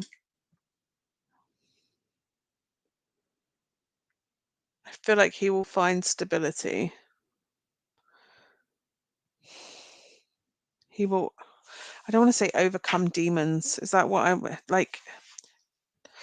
There's something about mental words, logic, and I don't mean mental as in like mental health necessarily, but there's thought processes and things that happen, and his words can be cutting, but I feel like he's trying to work on that. But he needs to there's stability in some way potentially. But it's about, again, I think him doing the same, getting to the root of why does that trigger me? Why does that do that? But for you, it's honoring the feminine Sophia kind of energy. It does feel like that, Alison. It does feel, but I feel like that's triggered from somewhere. And I feel like he will find stability. He will find it. It's like he finds it for a little while and then, but at some point he will overcome that. He's not far from succeeding with that inner battle that he has. He can overcome it. I don't know if he needs to hear that, but he can. Okay, I have Lisa, but I can't find Lisa's comment. So Lisa, if you are here, or somebody that's donated under the name Lisa. So I will say it's Lisa, but I can't find a Lisa in the comments. So I will note the timestamp. Have I been on here that long already? Oh my God. Wow, I didn't see that. Okay, so Lisa, let's just remove that comment a second. So Lisa, and then after I've done Lisa's, I will be going to people that I'm drawn to who haven't donated. If you have donated and I haven't read for you, please let me know. And then I will be going to, so Lisa's, and then I will be going forward. You are so welcome, Alison. And I'm sorry I didn't see you when you donated last time. I'm so sorry. And I have been looking out for you to see when you turn up. I knew you would. Okay, Lisa. Okay.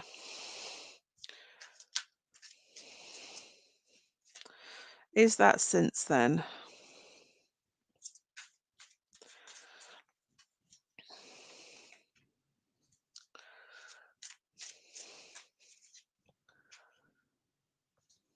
Okay, Lisa. So for you, I have, it's 124, Kayleigh, not 125. Needing to take some time out. I don't know if you proper time out to sit with where you are now, who you are now, and what you need in this moment, rather than where you think you should be. I feel like you have an idea of where you want to go, and then you go for it, and then I don't know if you burn out or it doesn't work out for you, and then you have this kind of anxiety energy, and that kind of, oh, I shouldn't have done that. Why did I do that? Why did I make bad choices? You haven't made bad choices. You've had experiences and you have had learning lessons. Night, Gina. Sorry I didn't get through the paid ones before you disappeared. Well, paid ones are donations, but you know what I mean. There was energy that I had to exchange. So yeah, Lisa, I don't know if there is this energy of the need to choose to actively sit back and take that time to reflect on who you are right now and what you need right now, and where you want to go and what you want to achieve and what is going to bring you fulfillment, rather than trying to work out what you should be doing. It's what you need to be doing, and getting down to that more, because I feel like you've been burning the candle at both ends, trying to go with that idea and then that idea and then that idea. And it's about absolutely considering all these things you've already been looking towards or going towards or working towards. But I feel like, especially since Christmas time, this need to sit and think and ponder and consider and assess through every part of your body the need to truly understand what your path that you require is, and how you start taking those steps towards it, because you need to assess where you are and what you have now to where it is you feel called to go, what you feel your inner light is guiding you to. And I feel like once you know that and you have that foundation of what it is you want to do and what you need to bring in and who you need to work with, and you start setting that foundation to build strongly towards that path and that end goal, that's when the anxiety stops. That's when the impulse things stop, is when you are very aware of what your path is, what your purpose is. And by the way, that isn't necessarily like a life purpose. It can be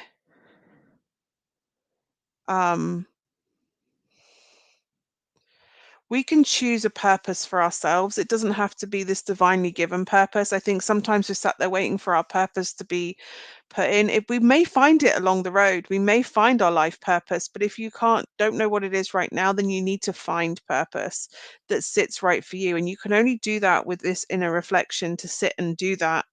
And I don't know if you had this thing around Christmas time where you either chose to retreat in the quiet and coldness of the midwinter, or whether something happened in midwinter, you had this realization of what it is you're supposed to do. It's about recognizing that that's going to take a bit of time to get to, and that might need study, and that might need bringing in resources and information. And I feel like it's a healing thing.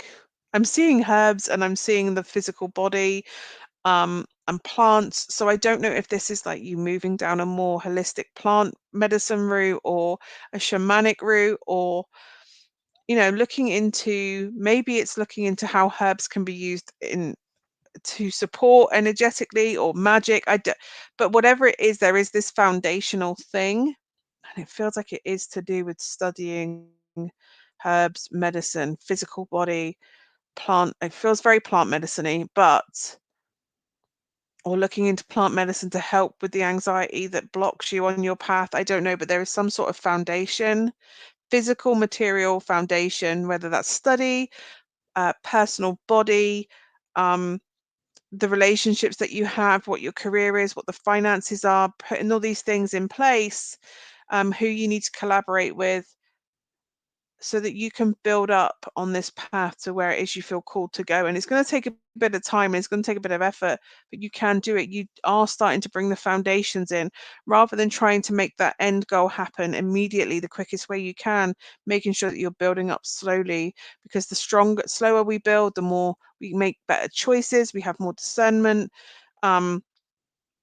more we build in a stronger structure that is more future proofed. And I feel like that's kind of a good energy coming in and going forward, to have that solid foundation and connections, and that is a path for you to take if you so choose to do that. It really does feel shamanic or magic or medicine, but if that is your path, then look into herbal medicine, or whether that's spiritual medicine or plant medicine. I'm not in any way an expert, so make sure that you are getting solid training in that and looking into how to protect that going forward. But it feels like that Valerian as well, because again, I feel like that's telling me that because of the balancing effects. But again, I'm not telling you to take Valerian. I'm just saying it's telling me that as something to look into. So please make sure before you take anything that you get medical advice, professional advice before doing that. I'm not in any way an expert or qualified to do that. It's just giving me a herb of Valerian. So make sure you research that. Maybe that's part of it. You start researching that plant medicine, but that's what it's suggesting for you, Lisa. I hope that is helpful in some ways. Isn't it amazing, Debbie? This wall is going to be that color eventually. That wall will be that color. I just need to get around to doing it, but the kids are off this week, so. And I picked this color because it's that bluey green color. You know that bluey green color that is on a magpie's wing when it flashes in the sun? That was the color I wanted. And Alison told me that it had to be a blue color, but it's actually more green in this light. So, but yeah, it's nice. It's nice being out here. And I have all wood floor, like board floor, and I have board table there, and I have everything's wood, and so the floor matches the shelves basically. Is it teal? It might look teal on the screen, but I don't know if it is in real life. It's I don't know how to describe it, but yeah, if it looks teal on the screen, that's cool. So I am now, unless anybody else donates, it is whatever is coming through. So you want to play? I can play with you. So Dawn, first of all, Dawn, are you still here? Dawn Johnson, there you are. So yeah. Also, let me know if you've shared. If you've shared, I can absolutely. I'm always grateful for sharing. Got loads of magpies around the home. Oh, mine follow me everywhere. I love it. That's why I'm Magpie Moonchild, because I love magpies. Everyone thinks they're black and white, and they're not. They are a flash of color in the wing as well. Okay, Dawn. Get curious, get excited. Whatever you get excited about, go for it. I don't know if there is something. Yes, I love this for you. I love this for you. So, yes, okay. Again. So yes, there is something. Get curious, get excited. There is something that you have wanted to do, wanted to investigate. I don't know if it's a place you want to go to, or it's a project you want to get going, whether that's a path you want to follow or a skill that you've always had since you were a child. This is your time to start following that, honoring that, moving forward,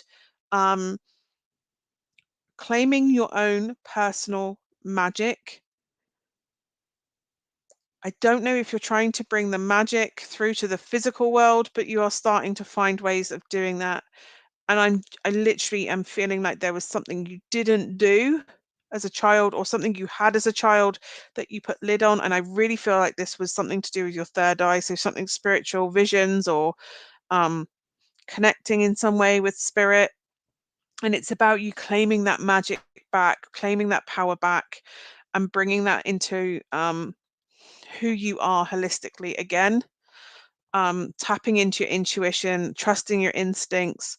The more you do that, the more you trust that, there's some sort of vulnerability. I don't know if somebody told you that that wasn't real for you, what happened as a childhood. Oh, it's just an imaginary friend, or there's no such thing as ghosts, or you didn't make that happen, or that magic didn't happen. I feel like that was like a stab in the back. Um, oh, sorry, Suzanne, that I didn't get to you. I was trying to get through to people. So yes, um, love and light to you, Suzanne. I'm really sorry that I didn't get round to you. Um, so yeah, Dawn, I feel like this is definitely third eye. I'm working that third eye muscle. Oh, hi, Mary Smith. Thank you for trying to be another scammer on my page. You can't hang around any longer, unfortunately. So yeah, again, please don't interact with scammers. They just really are. They really are everything. I'm going to be around for another 25 minutes. So feel free to hang around if you want a free reading, and I will try and get to you. At least another 25 minutes, by the way. That doesn't mean I'm going in 25 minutes. I say I'm only coming on for an hour, and it ends up being 2, 3 anyway. But yes, it's about you claiming that power back. If you need to find someone to help you study, if you need to find someone to help you develop, I feel like you've achieved everything that you kind of want to. You're in a really good place materially, stably, physically. You've done that work. I feel like you've done mothering as well, but like it's time for you, and it's time for you to develop everything that you want to.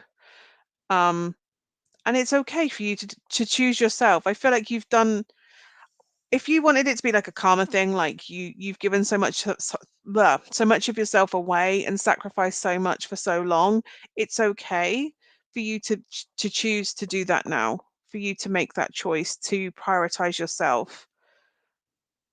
But I feel like there is a daytime, the world sees everything, Dawn, and I feel like there is this nighttime, my secret self that I don't like to share with the world side of Dawn. And they don't have to. They can absolutely come together and be blended within you. You don't have to share that out to everybody and everything, if you don't want to. But I feel like this nighttime, mystical, magical, psychic side of Dawn really wants to come and play now. And it's about finding the balance of both of those things. And you may find a way to integrate them into your life. Um, and I feel like you don't want to tell people about this spiritual side of yourself, because I feel like you've been shamed, and that's why it was put in the shadow side of who you are.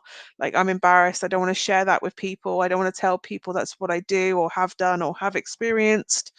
Um, there may come a time where you want to do that, and I'm not going to say that's going to. I feel like that's going to be hard in the sense of you overcoming the fear of people judging you for what you're doing. But again, that's up to you to make that decision when you do it. Only you can weigh up how you think people are going to receive it, whether you even share that with people. But you need to find that balance of those two parts within yourself. If not with the whole world, then it just has to be accepted within you. But you do have a gift that has been there since childhood, that it really feels like you can embrace that now. And there is water aspects of your chart that help with that intuitive side. I'm so glad that all resonated. Sometimes I say things and I don't understand, but I'm not supposed to understand, you are.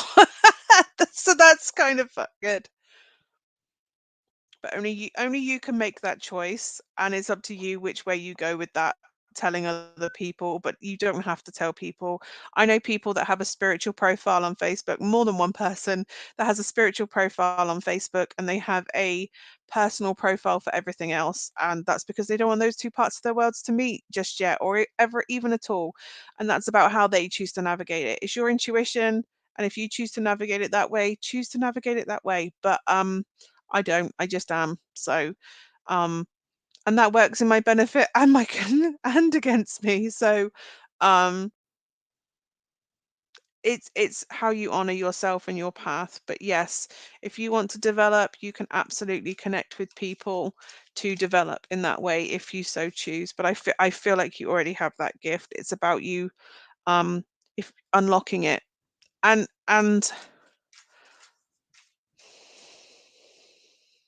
I feel like there's forgiveness as well. There'll be healing and forgiveness needed for whoever told you to close that off.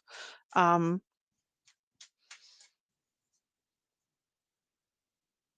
yeah, honor yourself. Just because somebody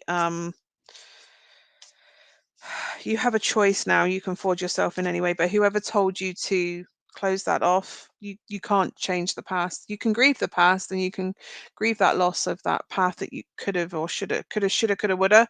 But just heal that, let that go, and move and develop. I feel like you need to you feel the call to develop now, and that's sometimes we develop when we're supposed to, not when we would have maybe have liked to. There's divine timing in everything. So I hope that helps Dawn in some way. So mm. If you would like a reading, let me know. I'm on for at least another 20 minutes. So I can see Oana. I hope I've said that right, Oana. Oh my God, your profile picture is beautiful. That tells me what I need to know. Oana, let's read for you. Let's see. What do we have for Oana? I really hope I'm pronouncing your name properly as well. I'm really sorry if I'm not.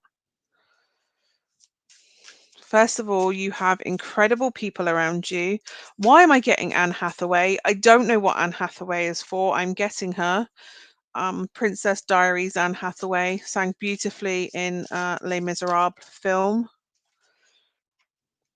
Yes. Okay.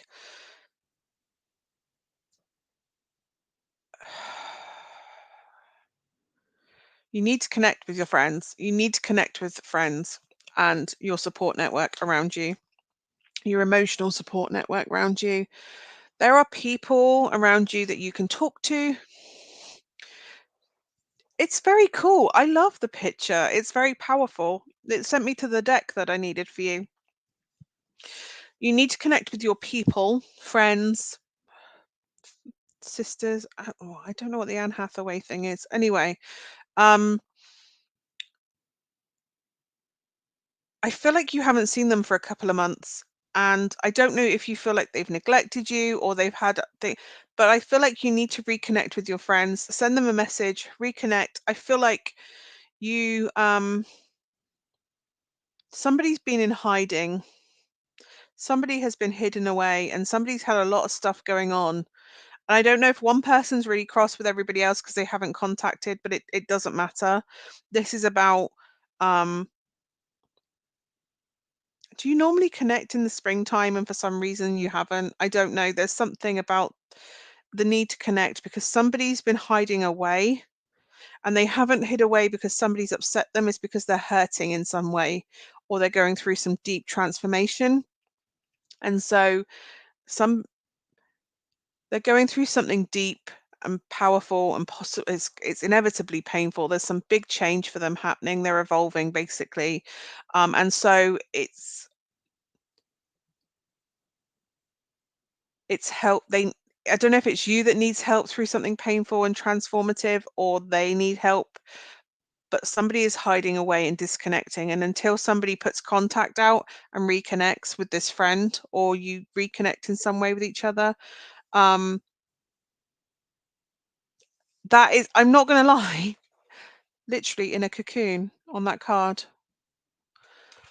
So it's about connecting, not necessarily to do the work for her, but to give her a stable, safe way to help her assess where she even is, assess the work that is going through, assess the situation as it is now, and then look at what she needs. And I don't know if she's got herself into this thing or whether that it's a life thing that's happened to her. I don't know. But this is about one, putting out fires, but two, um, I feel like there is a path out for her. She just can't see it. So it's about going in and doing what I call a midterm review. So we look at where we are, and we look at where we're going, and we look at what we have. And do we need to let some things go? Do we need to bring things on board? What are we going to need with these obstacles that we know are going to come up along the way? And then what we do is we look at how far they've already come. We've already come, and that gives us that oomph, that inspiration, yes, that empowerment to help us move forward to where it is we want to go. So I don't know if you need to reach out to this friend, because they have isolated themselves. They have isolated themselves. And they just need help navigating a way out of this. You don't have to do it for them, but you can show them that they can get themselves out of this situation of hiding away. You can show them. We can't heal people, but we can give them the tools to heal themselves. And I feel like you can do this for this friend. Um, there's something about mermaids as well. I don't know if you sang together or something about swimming, but they remind them that even if they've hit rock bottom, it's never going to get any worse than it is right now, and they can heal, and it might take a while, but they can heal. I feel like somebody has betrayed them or pushed them out of something, or they've been removed from a situation. It's a cuckoo kind of situation, but that's happened. But nothing is going to hurt as much as it does right now. So things can only get better from this point. Then go and see her. Go and see her, or arrange to go and see her. I feel like she's not going to come to you. I feel like it has to be the other way around. If the mountain won't come to Muhammad, then Muhammad has to come to the mountain. It's that kind of energy. She's just hurting, proper hurting. And maybe that is you going to her. Can you go to her? I don't know if you can go to her. Maybe that is you going to her to help her guide out the way. But things are never going to hurt as much as they do right now. Like, this is rock bottom for her. It's building up and healing from this point on. Somebody did a number. Somebody backstabbed her. Not you, by the way. Somebody else backstabbed her. I love that I took cards from 2 different decks then as well. I don't know how I did that. I've just gone to put them back together and went, that's not the right back. But yeah, things aren't going to get as bad as they are right now. She's hitting rock bottom. So yeah, show her. I don't think you will. I don't think she's going to come to you. I mean, absolutely follow your intuition. If your intuition says, no, that's not the right thing to do, I'm just telling you what the cards are saying. You can absolutely go to her. Or message. It can be another message, whatever it is, but definitely, I feel like she doesn't think she can do it, and somebody just needs to show her how she can get herself out of I feel like she's literally shutting herself in the house, and someone just needs to show her bit by bit, step by step, that support her while she does it.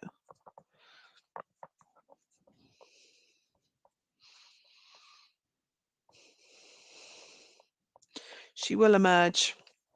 She will emerge. I don't know if you need to bring another friend in to help as part of that as well. Either there was 2 or 3 on there. So yeah, I hope that helps you, Anna. And I really hope I've said your name properly as well. I'm really sorry if I didn't. Okay, Dina. Dina. You get pandas. Dina's. Dina. Oh. Get curious. I don't know what it is about daisies, or is that chamomile? I don't know. Get creative, get curious. And I know you do that. I know you do that already. There's something about stars. There's something about constellations.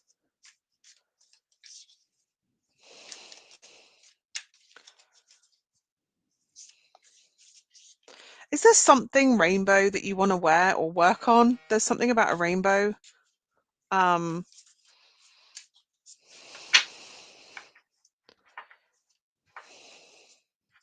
There's definitely something blue and green to be working on. There's something...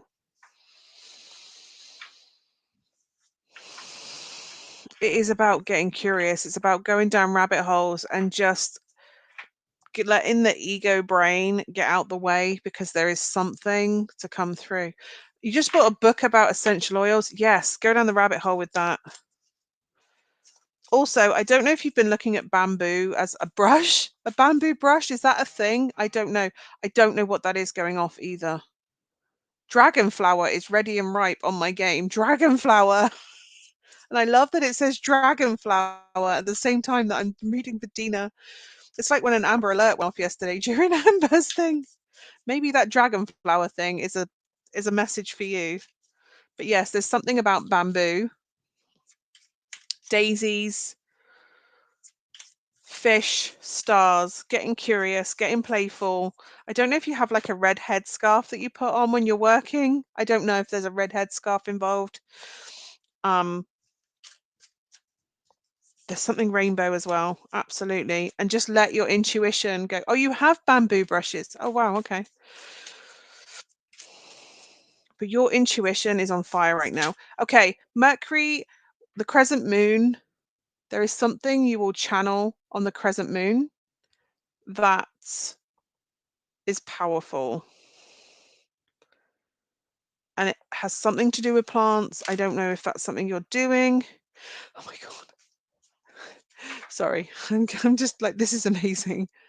It also has, and I didn't even know this was a card in this deck. I knew there was the dream one, the caffeinated panda. I love that that panda has a headset on and a pad. And I feel like if you need to have a cup of coffee and you need to play for a while, I feel like in the stillness of we do these things to numb our brain, right? We play on the computer, or our brain tells us it needs coffee. And I feel like while you're distracting yourself with music or tech or something, because this part of the brain is gone, is kind of entertained and busy with something else, I feel like this inspiration comes through. And I don't know when the crescent moon is. I really want to say that it's going to be on Tuesday, Wednesday next week. But there is something about it that in that time, something just detach your brain, just show me the card that you pulled yesterday. I bet it's important. I bet that's part of your message. But there is something that happens with this crescent moon. And when it does, the maiden moon, when that happens, feel free to go and have a coffee and numb your brain playing games on your phone or listening to some music, whatever it is that distracts this out the way so that the creative part can play. Listen to the creative part that happens. It really is about play, and it really is about getting in touch with that kind of wondrous, untainted child energy that absolutely runs through you, but allowing that to really take the forefront and trusting your instincts that come through that play work. So yeah, it's about getting the ego out the way, the brain out the way. The thinky brain needs to be distracted, and then that's when this inspiration happens. And then follow that rabbit hole, follow that white rabbit down wherever it goes. But there is something about plants, absolutely. What was the mouse called in Alice in Wonderland? There's something about Johnny Depp's Alice in Wonderland where they had the mouse. Barbara Windsor did the voice for the mouse. I don't know if you're supposed to watch Alice in Wonderland, the Johnny Depp one. There's something about the mouse. Anyway, I hope that's useful, Dina, because that's what I got. There's something about the mouse in that. I'm going to go and watch that tonight. Is that a Disney one? I would think so. Alice in Wonderland, the first Alice in Wonderland. You know, where she that film. But again, right, that was this story. Lewis Carroll did it too, and Depp and Bonham Carter's husband, what's he called, Tim Burton. They were all in that film, and it's so following down literally whatever it was that Carroll made. By following his curiosity and going down those rabbit holes, something incredible came from that. And Lewis Carroll, people thought he was weird. People think Johnny Depp's weird and dark. People think Tim Burton's weird and dark, but they bring so much magic through their quirkiness, weirdness, or whatever it is. Are you watching him now? Amazing, Kate. That thing is what makes them different, that makes them special, and they follow it and they embrace it and they go with it. Like if Depp doesn't follow his thing, like they go, he's a weird guy with a weird sense of humor. That's what they said in the trial. That weird guy gave us that Willy Wonka, that gave us Captain Jack Sparrow, it gave us Gilbert Grape, it gave us Edward Scissorhands, it gave us, the Mad Hatter, it gave us all these wonderful things. Sweeney Todd, all these wonderful characters. What was the other one that he had where he was the vampire? That was all this, but he gives us these wonderful characters because he embraces his darkness or that pain or this wonder, this curiosity. He's not afraid to go to places to bring that back. And I feel like that's what you need to do. You need to go to your places. You need to follow who you are and embrace that to bring your magic into this world. I feel like you have this thing to bring through that you just have to be bold enough to go down the rabbit holes that you are creating or writing or painting or whatever it is. It's about allowing yourself to get curious and to just go there without worrying about what people think or what the end product even looks like. I just feel like there is something about embracing your trueness, and you just need to go there. But I feel like this unlocks. Just chuck my wire everywhere. I feel like this unlocks soon, this week perhaps. I love you too, Dina. You're magical, very magical. So yeah, Kate Connell, I will come to you. There's something magic coming out, Dina. There is something coming out. Kate Connell. She says, I'm just looking at in the background going, is there a different deck? I don't know. Oh, Kate Connell. No, there is not.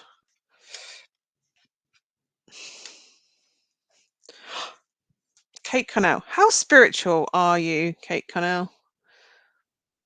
Always paint. Always paint, Dina. Paint is your medium. I've been thinking about painting, but I have very little training in painting. I really want to do something watercolor. I also want to do something with alcohol pens, and I really don't know what I'm doing, so I think I'm just going to have to play with it.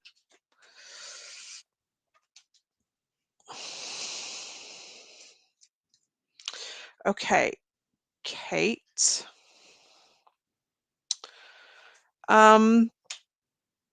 Balance. I feel for you, you're balancing everything.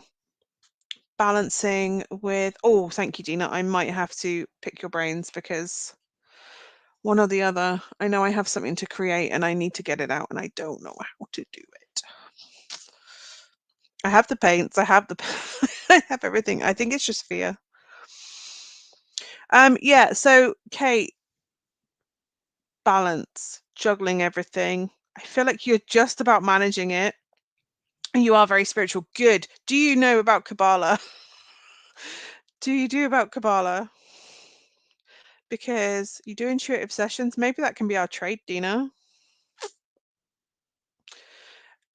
That feels like that's important. I'm writing that down. Chase me on that, Dina.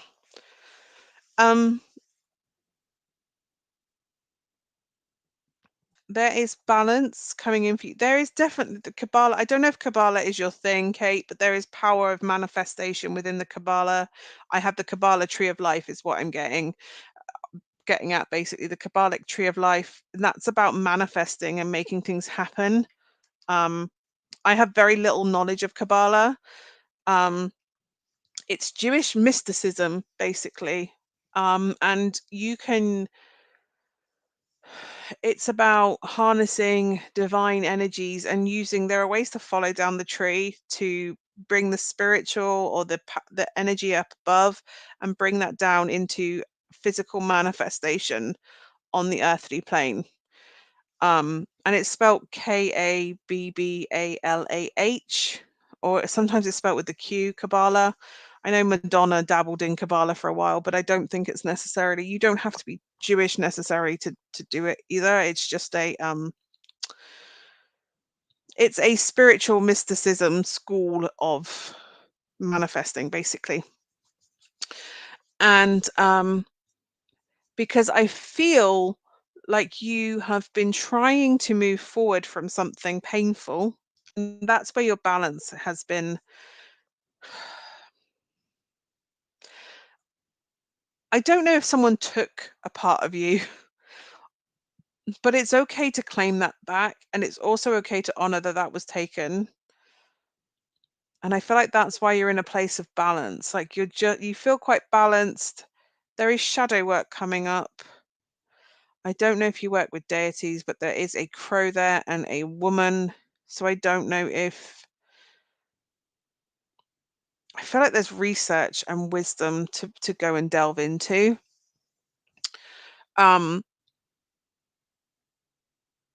and along the way, you may find something that helps you. I don't know if they actually took something from you, and this is about you manifesting what you feel is missing in your life or what somebody took from you and bringing that back. You can do that, but I do feel like you're delving into learning some new things on your spiritual path. They're telling me the Morrigan, but I'm not telling you that lightly, by the way. Make sure you research any deity before working with them.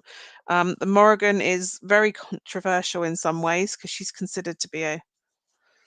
So there's like Morgan Le Fay, the Morrigan. Research before you do it, and I'm not saying that lightly. I'm just getting real Morrigan vibes from one of these cards. Um, but again, I feel like it's you looking at different. I'll come to you next, Debbie. But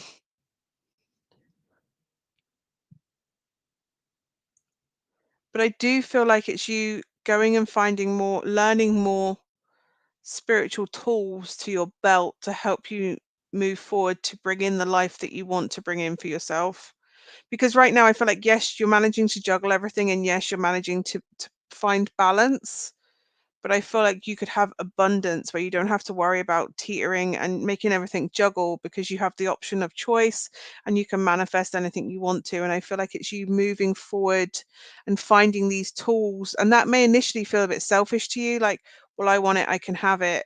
That may feel wrong, but I feel like it's you bringing tools in, because I feel like you've come from a place of scarcity and insecurity. And I don't mean insecurity in the sense of you being an insecure person. I mean not having stability, not having material security, not feeling safe and secure in some way. And I feel like you moving forward, like you've been tenacious and you've managed to navigate things to now, but this is you finding tools that you can bring in so you can attract abundance into your life, so you can manifest it into your life.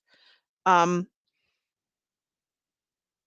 but I feel like it's really about you controlling your thoughts, but finding, researching and learning and studying the tools that you may need. And maybe that's why you've got Kabbalah. Maybe that's your first step into it, bring in that emanations, physical emanations of the spiritual into this realm. But I feel like it's by studying and learning and researching and taking your time to find the tools that you need, you can absolutely bring a more abundant life in for yourself if you choose to do that. And I don't feel like things have to be black and white. I feel like there is a full array of color. It's not just gray in between, it's color. And you have worked hard, you have survived, and I just feel like you feel like something's missing, like you deserve something that you don't have right now, and it's recognizing that you do deserve what you're looking for, and that is the first step. I am worthy of receiving what I do deserve, what's coming in for me, and knowing that it's coming to you. That's the thing. It may not be here right now, but it's changing. So look into the law of attraction, but it's changing how the narrative, how you even speak about the things that you want in your life. Because sometimes when we say, I don't have money, money just pulls out of our life. We just seem to find it, we're hemorrhage money everywhere because we've told the universe, I don't have any money. So the minute that you say, hey, yes, I deserve it, I have money, money comes to me, that's when it's changing, but it's finding the tool that works for you on that path. I really hope that's helpful, Kate, in some way. And then you don't have to be balancing and juggling. You go from surviving to thriving. And I think you are about to start finding the tools that help you go from surviving to thriving. And I think you might even get to work less to have more come in. It's about you commanding and knowing and telling the world and the universe that you deserve everything you desire.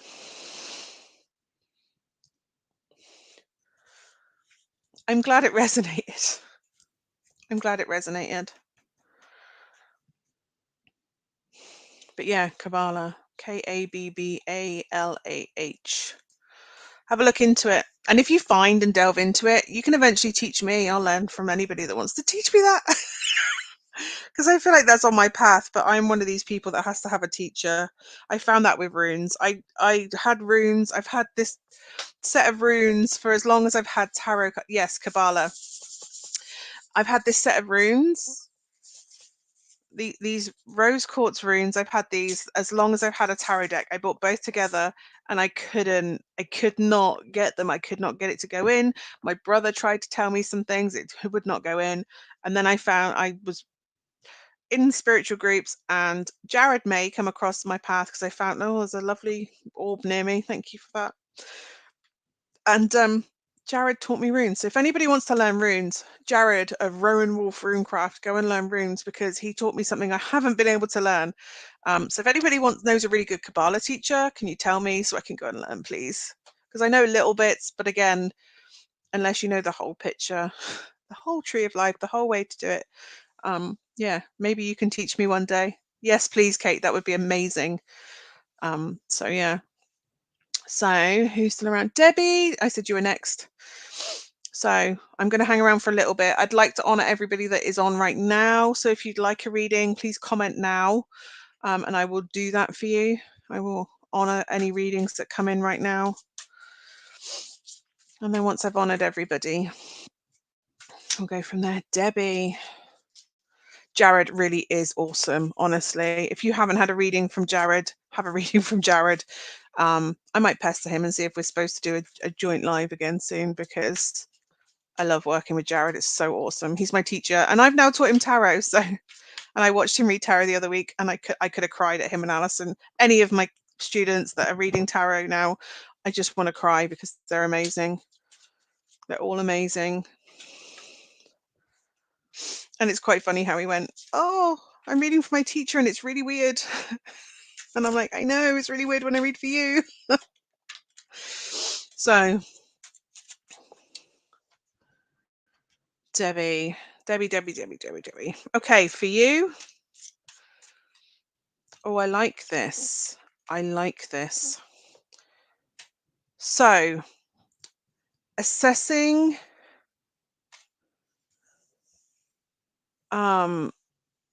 currently doing some kind of review, some kind of assessment. I don't know if there's something with the eyes that should be checked. There's something about right eye. Is it the right eye? If you're worried about that, get it checked by all means. I'm not a doctor, it's just telling me the right eye. Well, there's something about the right eye. I feel like you've been putting a lot of good out and you are on the verge. What we reap what we sow, and you've been putting a lot of good out and a lot of effort out and a lot of energy out. And why am I rubbing my leg? I don't know why I'm rubbing my leg. I feel like I'm soothing myself. Oh, it waters with allergies. Oh, okay. I feel like you're about to reap what you have sown, that you are not that far away from what it is you're working towards. I don't know if you've been working away and not seeing much come back, or you've been trying to manifest something and you've been doing all the work, but it hasn't quite come back. You are about to have equal exchange for the effort that you have put out. And that is just the first payment of what's coming back to you. And I say payment because I don't think it's necessarily money, but it feels like you've put this out as a payment and you're about to get it paid back to you. And in some way, The good that you have put out is about to be paid back to you, and more will be coming in after. It is just the first payment of this abundance coming into you. And it's almost like getting that back in affirms everything that you knew that you were doing as a kind person or a good person, as somebody that is trying to put difference out into the world. And the work that you've been doing on past traumas, past scars, past old things that have been hurting. My legs are okay. Been studying and hoping things are changing soon. Good. I feel like things are about to. I feel like you're about to get that back, and it's almost like that starts that confirmation, that thing coming back in, that work paying off, inspires you to keep going, to go further, to study new things. And somewhere along that study, it feels more like a soothing action, by the way, Debbie. It's not necessarily that it is your legs. I just like, why am I rubbing my legs? That's not one of my normal stims. So I don't know if you've been anxious as part of that. What is I don't know, I just keep wanting to stroke my legs. But it feels more like a reassurance thing rather than, when you're slightly anxious and you just kind of tap a pen. I call them my stims, my self-soothing things that I do fidget when I'm fidgety and have excess energy, and that's kind of feels like what you've got, like this excess energy, not because you're stressed necessarily, but like you're waiting for things to pay off. You're waiting for something to happen. I'm waiting. It's that kind of little bit of doubt that we have just before, that little bit of constriction just before our abundance comes in. It's just around the corner. It's just around the corner. I also don't know if you live near the sea or you want to go see the sea. Go see the sea. My son passed in 98, so grief, had breast cancer, reconstruction. Wow, that is a lot to have gone through. And that explains that storm in a bottle that absolutely is there with its lessons, but it's not gated your way through that. Have you written a book about what you've been through? I know that sounds really weird, but I don't know if there's a book that you're supposed to bring out. I don't know.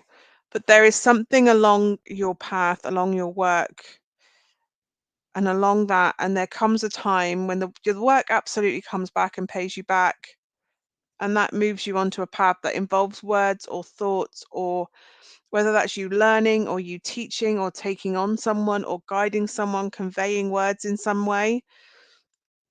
That leads you, and like you say, it's time for you to blossom, but I feel like this is you launching, for want of a better word. Like this is your boom. I know you've had an awakening, obviously, because you're here and you're in the spirit, and I feel like people have this awakening moment, but I feel like there's kind of a second awakening, a leveling up, an ascension level up of boom, this is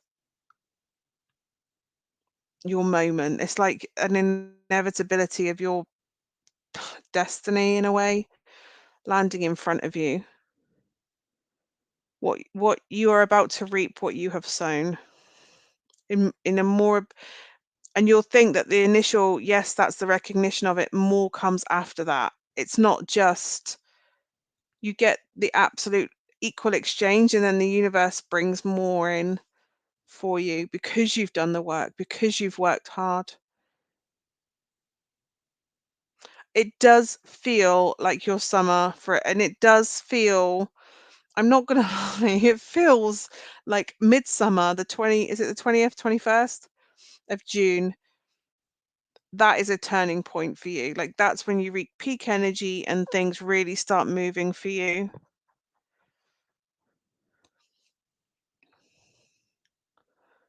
And your third eye is just gonna go bam, bam, boom, boom, boom, boom, boom, leveling up. If you have ear ringing, are you looking to have a haircut for charity? Am I dreaming that? What is that? Anyway, it feels like there's a haircut, but I do feel like something is imminently coming in for you. And I don't know if you've wanted to go and see the Northern Lights as a trip. Absolutely, find a way to do that. but there is something coming up for you that is, boom, it kind of changes things for you. It feels big. It feels big, Debbie. I'm not gonna lie.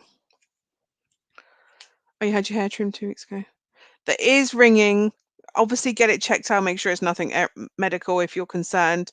But it tends to be. Oh, you're going to the ocean this summer. Amazing. I live by the ocean, so I love it. But yes, I feel like there's something in that summer, in that trip. But yeah, ear ringing tends to be leveling up. It's ascension symptoms. So when we're being leveled up, given new abilities, new skills, new energy, uplifting that way, then yeah, we can absolutely, it will be that. Oh, good, that it's ascension symptoms.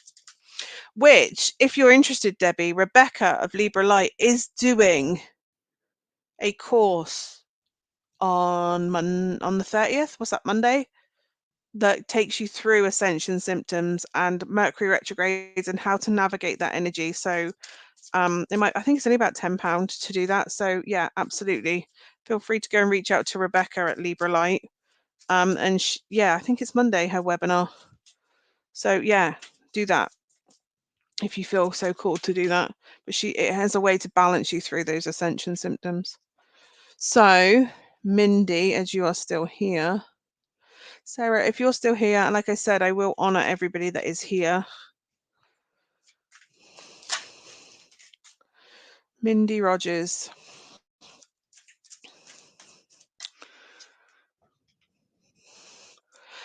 Mindy, I feel like your hard work,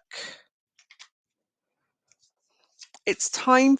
I feel like this is to do with work, potentially, or something you're working on. And I mean, it gives you what it gives you the minimum of what you need. Like, it pays the bills and it covers everything, but there's not really a lot left over for abundance wide. It's like you work really hard for something. And I feel like there is a decision for you to make with regards to work. And it isn't necessarily that you leave necessarily.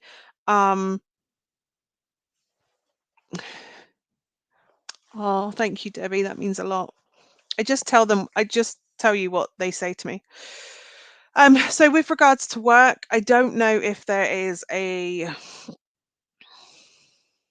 maybe it's work, or maybe, I don't know. There is something in your life that, yes, absolutely pays the bills or covers what you need materially, but it doesn't bring abundance and it doesn't really bring so much emotional fulfillment. It feels like it gives you just enough to keep you going, but it's kind of morale, not destroying, but it lacks boosting your morale. Should we put it that way? It's kind of this meh kind of energy. Like, yeah, I go to work. I mean, it's not awful, but it's not great either. There is a need to absolutely celebrate and be grateful for what you have. Absolutely. I'm not saying change. I'm not saying make any big decisions necessarily, but there is a need to assess what's going on with that at the moment. So what is working for you in that job? What isn't working in that job? If you could change something, what would you change? How much have you progressed? And if you've progressed quite a way, could you ask for a pay rise? Because I feel like it's not, I just feel like you're getting the bare minimum energy monetary exchange for what you're doing. And I feel like you have skills and you have worked and you have proven evidence that you deserve more money. So whether that is choosing to go for a similar job that pays more, would that make you happy? Is it that you go to your boss and arrange and ask for a raise? I mean, the worst they can say is no.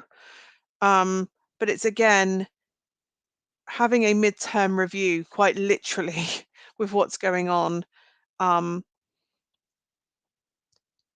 It's like the effort that you put in needs to be honored and celebrated, and at the moment it's really not. Like, you have worked hard, you've progressed, and I feel like you are bringing more value for your employer than you are being rewarded with at the end, if that makes sense. So maybe it is time to give yourself a mid. He likes me staying busy. Of course he does, because you're productive. So again, if you're a valued employee and you stay busy and you work really hard, why can't you have a midterm review, so to speak, where you assess or negotiate either a promotion potentially coming up for you? Do you, if you're considering going for a promotion that's coming up, or because I don't feel like you want to leave the employer necessarily. I feel like they're a good employer, and I feel like you quite enjoy the job, but I just feel like your morale is being sucked a little bit because you're not being honored in that way. Like, you're not being paid enough for the work that you do, and maybe you've taken on more responsibility or you've developed more skills than when you began. And it doesn't hurt to have a conversation to say, hey, can we kind of renegotiate? Because at the moment, what I'm putting in isn't being honored back the other way. Like, yes, I earn enough, but um, I like it there, but my feet hurt so much from the steel-toed boots. Exactly. And wouldn't it be nice if you could afford just a foot massage once in a while? Go and see a reflexologist or um, or even a podiatrist or whatever, just to have some kind of. There's no room for luxuries, there's no room for comfort, and like it's paycheck to paycheck, and it would be really nice if you had even enough money to treat yourself even once in a while. And at the moment there is no budgetary room for that. And we're about to navigate a period where, everything that's happened in the last 2 years is having an effect on bills and fuel, and there's stuff going on in the world that is affecting food supplies and fuel again. Um, and energy. So it's okay to go, hey, do you know what? I've done all this work and look how great I am. And is there any wriggle room for me to get a raise? And it's okay to ask the question. Like I said, the worst he can say is no. Um, I'm working, me and my daughter back home as well. Yeah. And you do work incredibly hard. And I really hope you recognize and honor how much work you have been doing. It's time for you to be rewarded, because I think you just need to go and ask the question. The worst he can say is no. You have come so far, and I know that's what keeps you going, and I know you recognize how strong you are and how much work you've been doing. It's time for other people. I am Sammy. I am going strong. Thank you for popping in. And you are the creator of your own story, Mindy, and I think it's okay to ask for that. And especially if you go in because you've reviewed yourself and say, yeah, well, maybe I could grow here, here, and here. But I already do this, this, and this, and I really would like to develop with the company. I would really like to develop with you and stay here. I really like working here, but I feel like I've developed this much, and it would be really nice if I was rewarded for the progress that I've made. Especially, I feel like you haven't had a pay rise for ages, and appreciating that, yes, they have big things going on, but quite possibly. They probably are. They tend to. They're always sneaking. There's a guy in my mirror as well who likes to do that. They like to do that. Exactly. Exactly. There was an orb there. Did you see that then? There was an orb there. Yeah, you will. You will. You will do. But it's okay to ask so that you can bring, because you need that in order to build a strong future, and you need that stability, and that coming in will give you a more comfortable financial situation, and it will give you the stability that you need for you both to move forward. So it's okay to ask. It's okay to ask for that. It's up to you to claim what you're worth if you so choose to go and have that conversation. Well done, Mindy, for coming this far. Incredible strength, and you can absolutely do that. Exactly. So yeah, feel free to go and ask for that raise if you because you deserve it.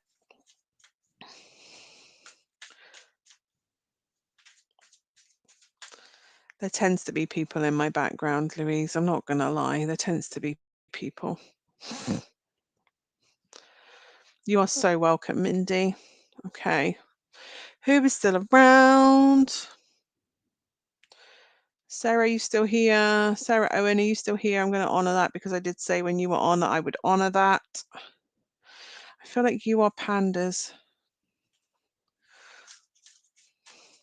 Okay. Sarah. That was all they were giving me, Mindy, but it was totally a assessment of what's going on. Assess what you have. So when you go into that room to talk to them and say, hey, I've done this, this, and this, then yes. Okay, Sarah. Wow. Yes, I like this.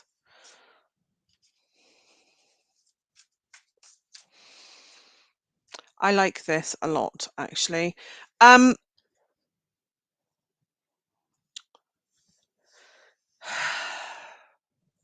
old you got you this far. The old you got you to this point. Absolutely honor the old you. Thank the old you for getting here. Forgive the old you for not knowing what you needed at that time, and forgive you for we need to honor and allow that old version of ourselves and forgive and integrate that old version of ourselves. When we're angry at the old part, it doesn't integrate. But why am I getting a rolling stone gathers no moss? What is that? It's okay for a stone to gather moss.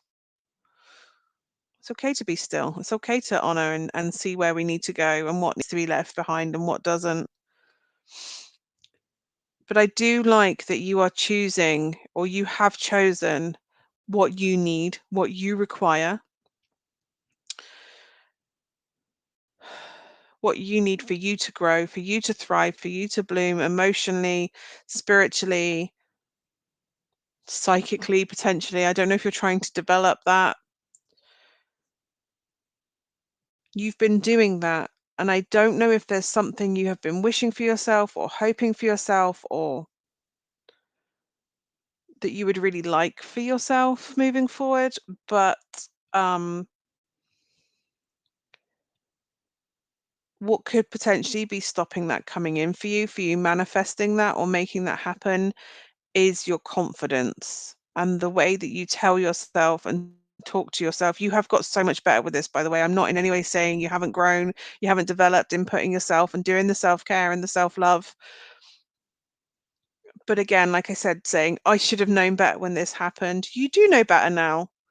You needed to go through that to know that you didn't know better, to learn from it so that you know better now, so that you have learned to make a different choice, to make a different decision, that we are always learning, that we are always developing. And I feel like it's you are still quite harsh to old versions of yourself or old decisions that you made, or and even when you do things now, I don't know if you go, oh, that was such a silly mistake. Why did I do that? Why didn't I do that? And yes, it can stay in the past, but if it's creeping into the future, there's a reason. If it's creeping into now, it's because something from that needs healing and something from that needs to be honored, forgiven, healed, whatever it is. We need to do the work that's required to move through that and allow that healing to happen so that we can allow that to stay in the past and do that. But there is still some confidence required there. There is still some naysaying of self sometimes, perhaps, or being overly critical of self. Perhaps that's what I'm trying to say, being overly critical of yourself. Yeah, always guessing yourself. The more you trust yourself and your decision making and your gut and your intuition, the more you trust that, the more you trust yourself, because it is you, it's your higher self. You are trusting your own inner guidance system. And the more your confidence grows, and the more you talk to yourself in a more healing and productive and supportive manner. And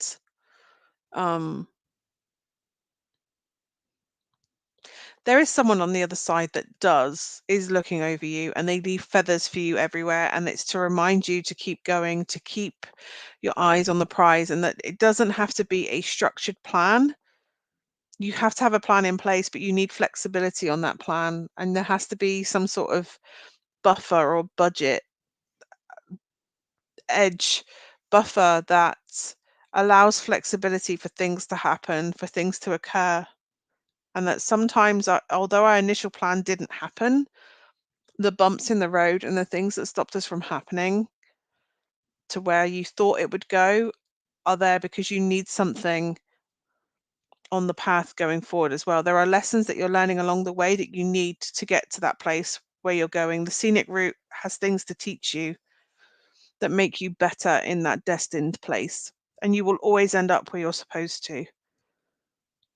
And sometimes it means adapting the plan. The plan can be a living document that you can adapt the plan.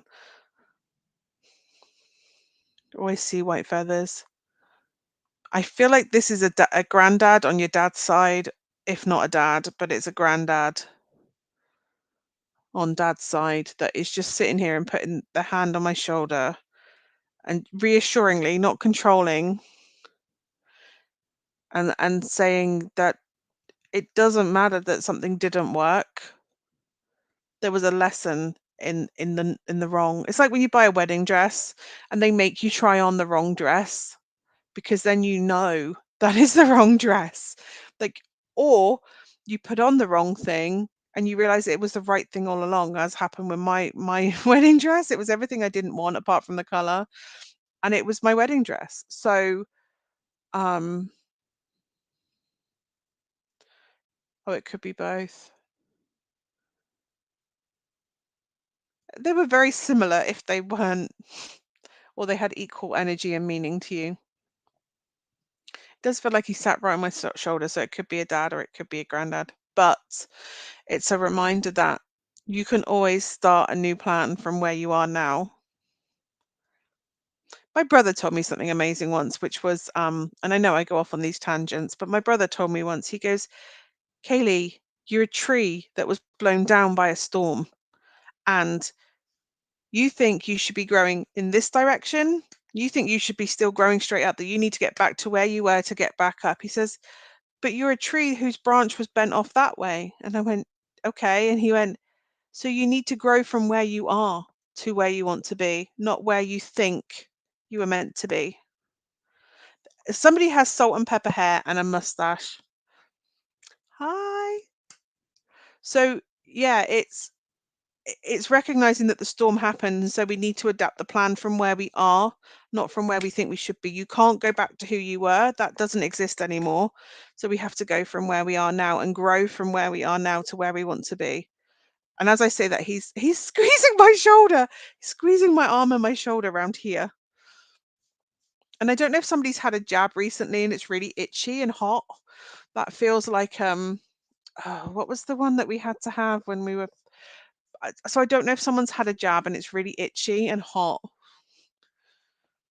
What was that? It's the one I had to have in, can't remember what that was for.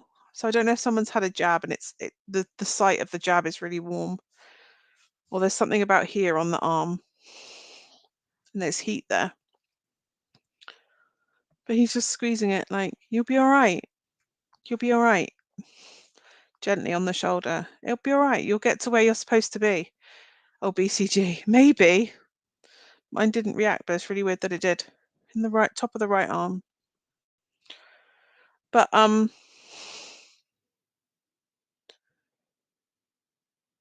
yeah. Oh, your COVID one was itchy. It does feel really warm. Not overly infected or anything. It just feels really warm and itchy. But you can make a new plan, but you need to plan from where you are now, not trying to get back to where you were so you can follow the original plan. That was ages ago. It's very weird that it did that though. It's gone now. But yeah, you need to make a plan from where you are now, not from trying to get back to where you were and be that person again, because that person doesn't exist anymore. You honor that person and you appreciate it for the lessons that that person got you to hear. You can't go back to that moment and make a different decision. You have to plan from where you are now. Keep the original goal, just work out how you get to it from now.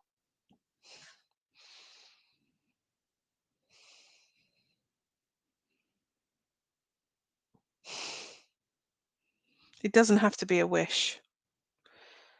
Difference between a wish and a manifestation is that a wish, we wait for the universe to deliver. Oh, hi, lovely Virgo Pierce. Guess what? You're getting blocked. Go and find your own customers and people.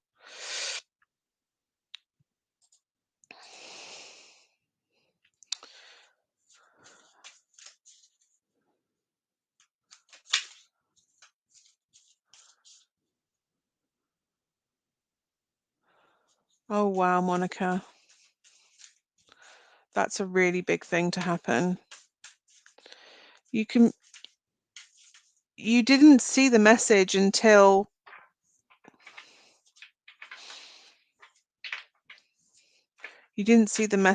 you were supposed to. As horrible as that maybe that sounds and as awful as it feels, but you couldn't have made any different.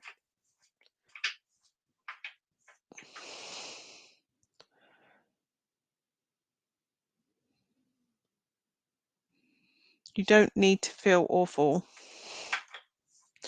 I know that won't make you stop that, and I know that won't make you that whatever, Monica, but you don't have to feel awful for that.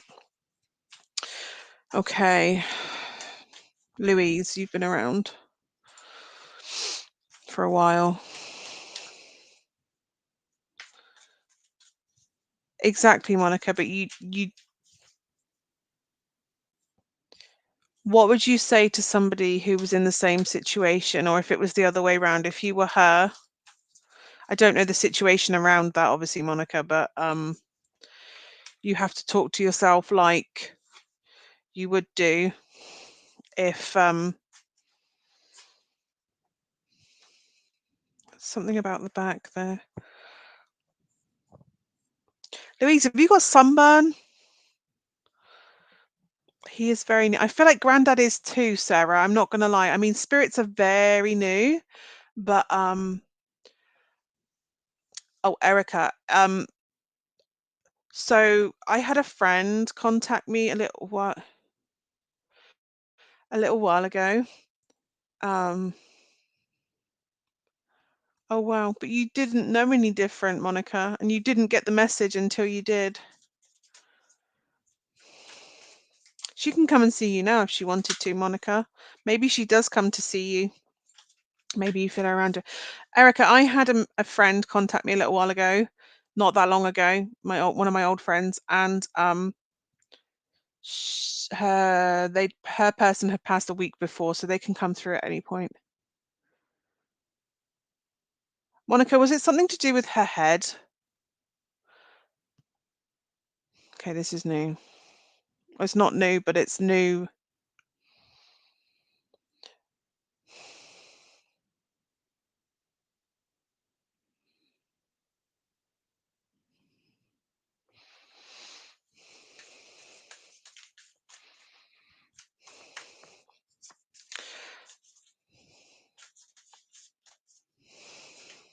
Oh, it was all over her. Okay. I don't know who this is that has someone with something to do with their head.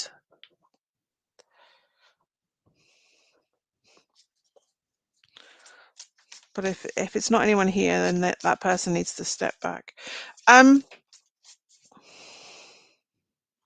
It's okay. I've got like Louise, when I'm in yours, I feels like prickly sunburn. So if you haven't got sunburn on your shoulders, make sure you're putting cream on your shoulders, and everyone around you putting cream on your shoulders, because it feels like there's prickly sunburn or prickly heat. For you, Louise, there is a summer of fun and giggles and joy and delight and memory making. I don't know if you're deciding on schools anytime soon for somebody, but trust your gut when it comes to choosing schools. Are you thinking of choosing schools? I don't know what this is. Um, there is this whole summer, and I don't know if there is a reluctance to go to school or there is a decision to make with school, but trust your instincts when it comes to school. Um, it is her, Monica. It is her. It's her trying to send you that she's okay and that she's around you. Oh, your niece starts school. Okay. So, I don't know. if this is going to sound really weird, I don't know if she has like a pair of glasses that she wears when she feels really confident, or if there is some sort of token that she can have that will make her feel confident. You know, like when they go, oh, the magic juice in the bottle, and then they think they can go and win the World Cup kind of thing. I don't know if there's like a placebo type thing you can do with a set of glasses. Like when she puts these sets of glasses on, she's all powerful, or there's something like that that you can do that makes her feel really confident when she goes in that day, because I feel like she's going to have some reluctance. You're going to be like, I know this is really stressful for you, and I know this is really hard for you, but I kind of have to make you go in. I don't necessarily want to, and I don't know if they make I don't know if there's something in place for them starting, but there is something about that you can give them on their first day that empowers them and makes them feel confident to go forward.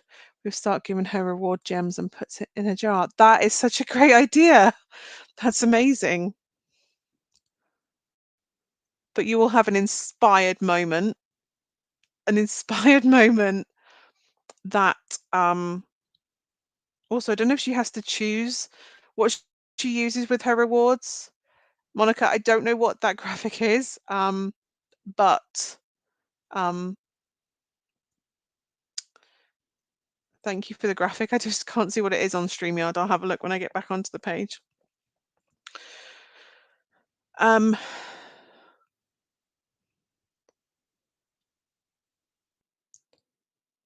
I don't know if she's going to spend her treat money on on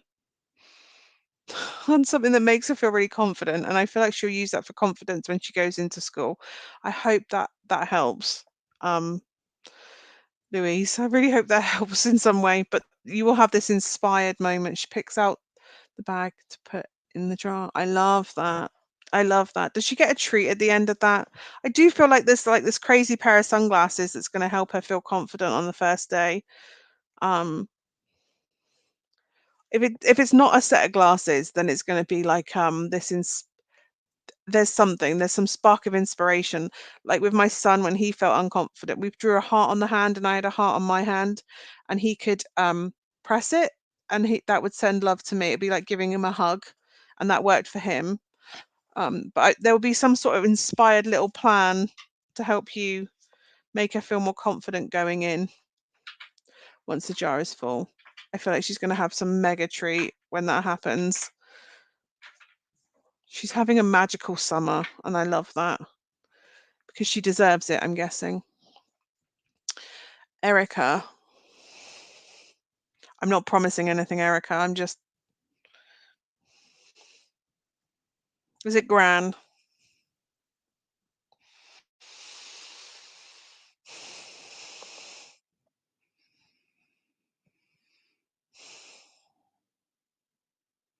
Well, if it is it Gran on Mum's side, Erica? I'm not promising anything. I'm very new to this.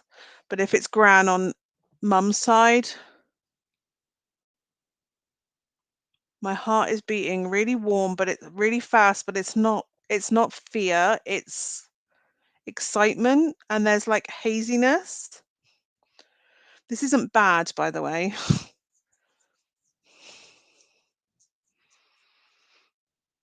Someone's been crying lots. I mean, I know that's obvious, but someone's been crying lots. And I don't know if someone's lit a candle. I just want to cry as this is happening. I don't know if someone's been lighting a candle and talking to her, but she's hearing it.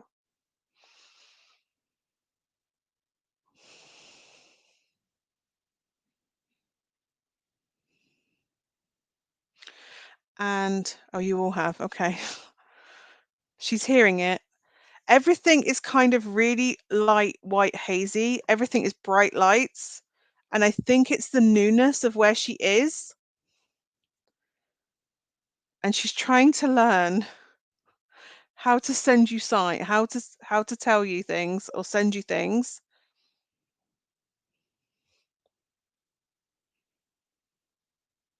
I don't know if you've had ear ringing, Erica, like if you've been hearing ear ringing,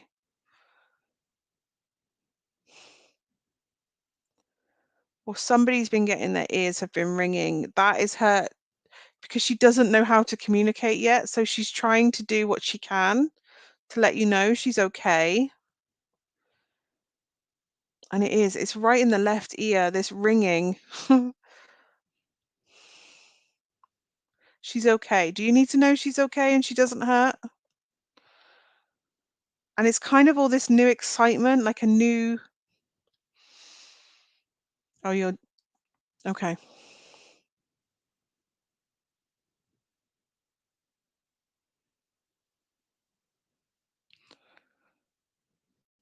She's okay. And it's okay to giggle. It's okay to laugh. It's okay that you don't have to. I don't know if every time someone's happy or every time someone laughs, it doesn't dishonor it. Why do I want to say laugh? I don't even say laugh like that. She's okay.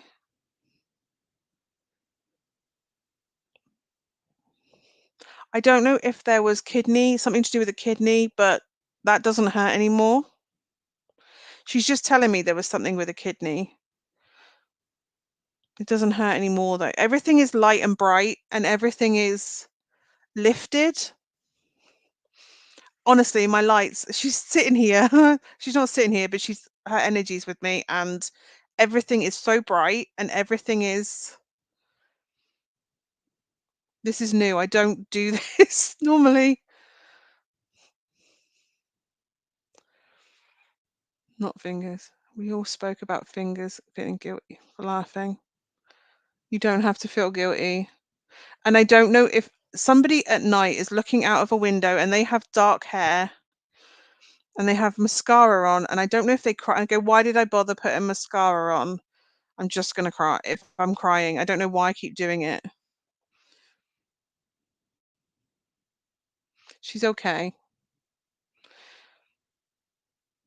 She's okay and she's happy and she watches.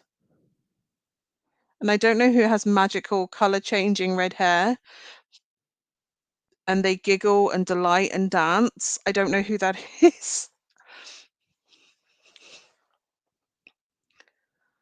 But whoever's dancing, let them dance. Kids know how to grieve. Instinctively, they know how to grieve, and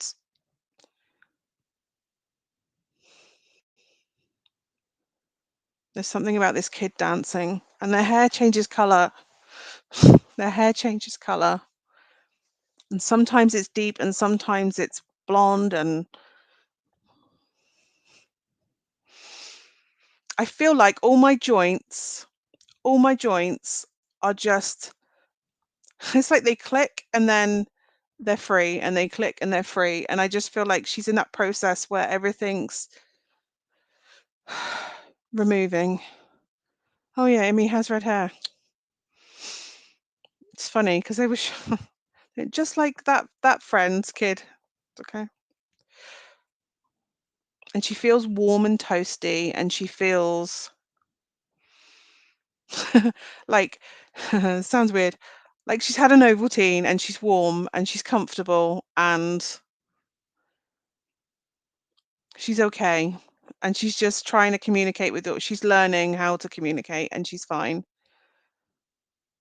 And she's fine. No, she's not fine. She's good. Don't tell her fine. She'll think I'm not fine if you say fine, but I'm good. I'm comfortable. It's actually everything is brighter, but it's kind of misty.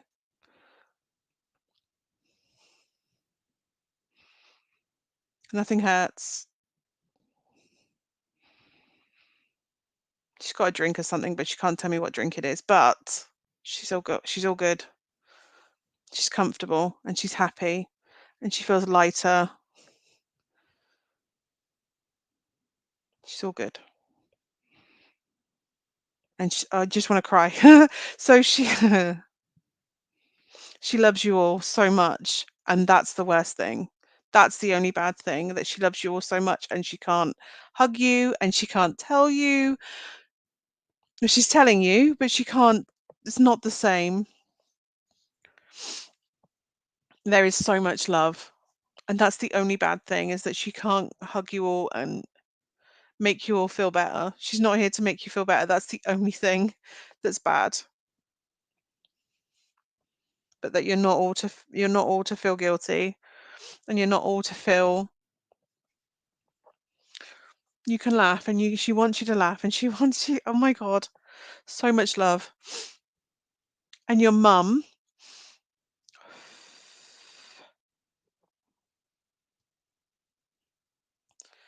I don't know if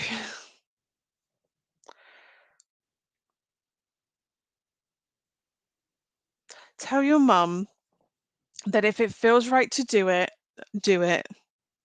Because I don't know what this is, but if it feels right to do it, she needs to do it. If it feels right, she needs to trust that it feels right, and if that's what she feels is needed, it's needed. I don't know what that means. It feels like something she wants to do to honor her, but or something she wants to incorporate or do for her to honor her, or if that's what she needs to do, she should do it. I feel, is it a tattoo? I don't know. Is it a tattoo? Like she would have told her off for it. But if she feels that's what needed, then she should do it. But if that's what she needs, I don't know if this is something that's, I feel there's something about somebody wants a tattoo, and if somebody wants a tattoo, as much as she'd be mad, they should do it if that's what helps them heal. But she's okay. And she sends so much I just want to cry with how much love. This is really new, Erica. Yeah. And I don't know what option is lilac. She says it's okay. There's something about lilac or lavender. The irises, I don't know. There's something purple. It's a purple flower. I don't know if it's a purple flower or a color that's named after a flower, like a violet or a lilac or a lavender. There's something about that is. She says it's that one. It's purple. It's lavender or lilac. It's purple. And she's gone. I hope that helps. She just went, "Oh, no, I'm done now. Thank you. Bye." That's very new, Erica. I'm done now. Sorry, I've got to go. Her fave was violet. Well, there you go. She's gone. She's gone. She's fine. She's fine and she's good. She's just, I'm done now. I'm off. Was she like that? Just like, yeah, no, I'm bored of this. Well, not bored of it, but no, I'm done what I need to do. I'm off now. I've got to go do this. Wow. I like her though. I hope that's helpful. That's very new, Erica. It's new. It's like for people. Oh, I'm pleased. I'm glad it helped. She's lovely. And she's okay. She's all good.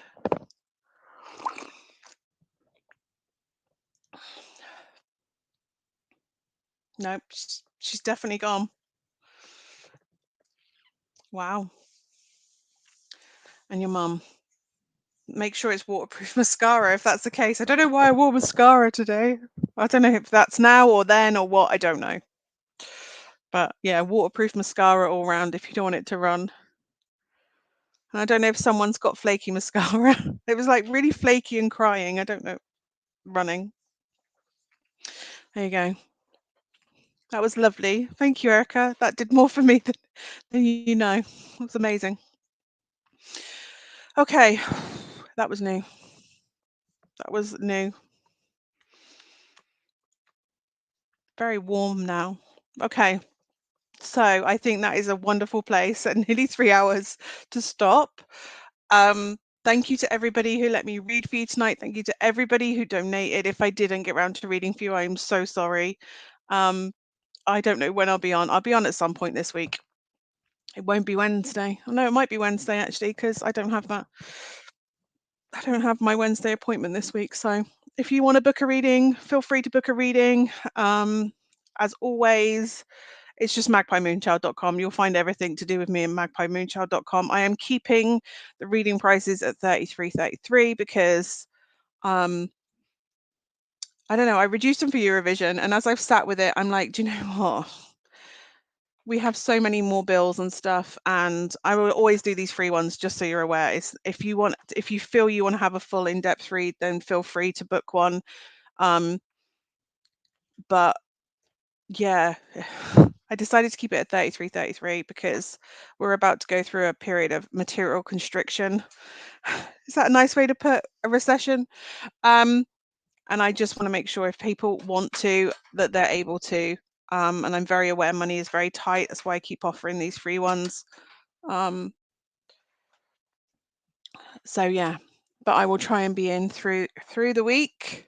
So if I don't see you through the week, I'll see you through the window, as Keith Lemon always said. But thank you to everybody that took part tonight. It means the world to me to do this. This is what I'm supposed to do. So, and thank you, Erica, for building up the skills. That was very new, very exciting. I don't think I've done that on a live. So, yeah, I'm going to go now. I'm going to go and eat some chocolate and build my energy back up because 3 hours is a long time, especially when you're doing a new one as well. So yeah, thank you to everybody, and I will see you again soon. Bye for now.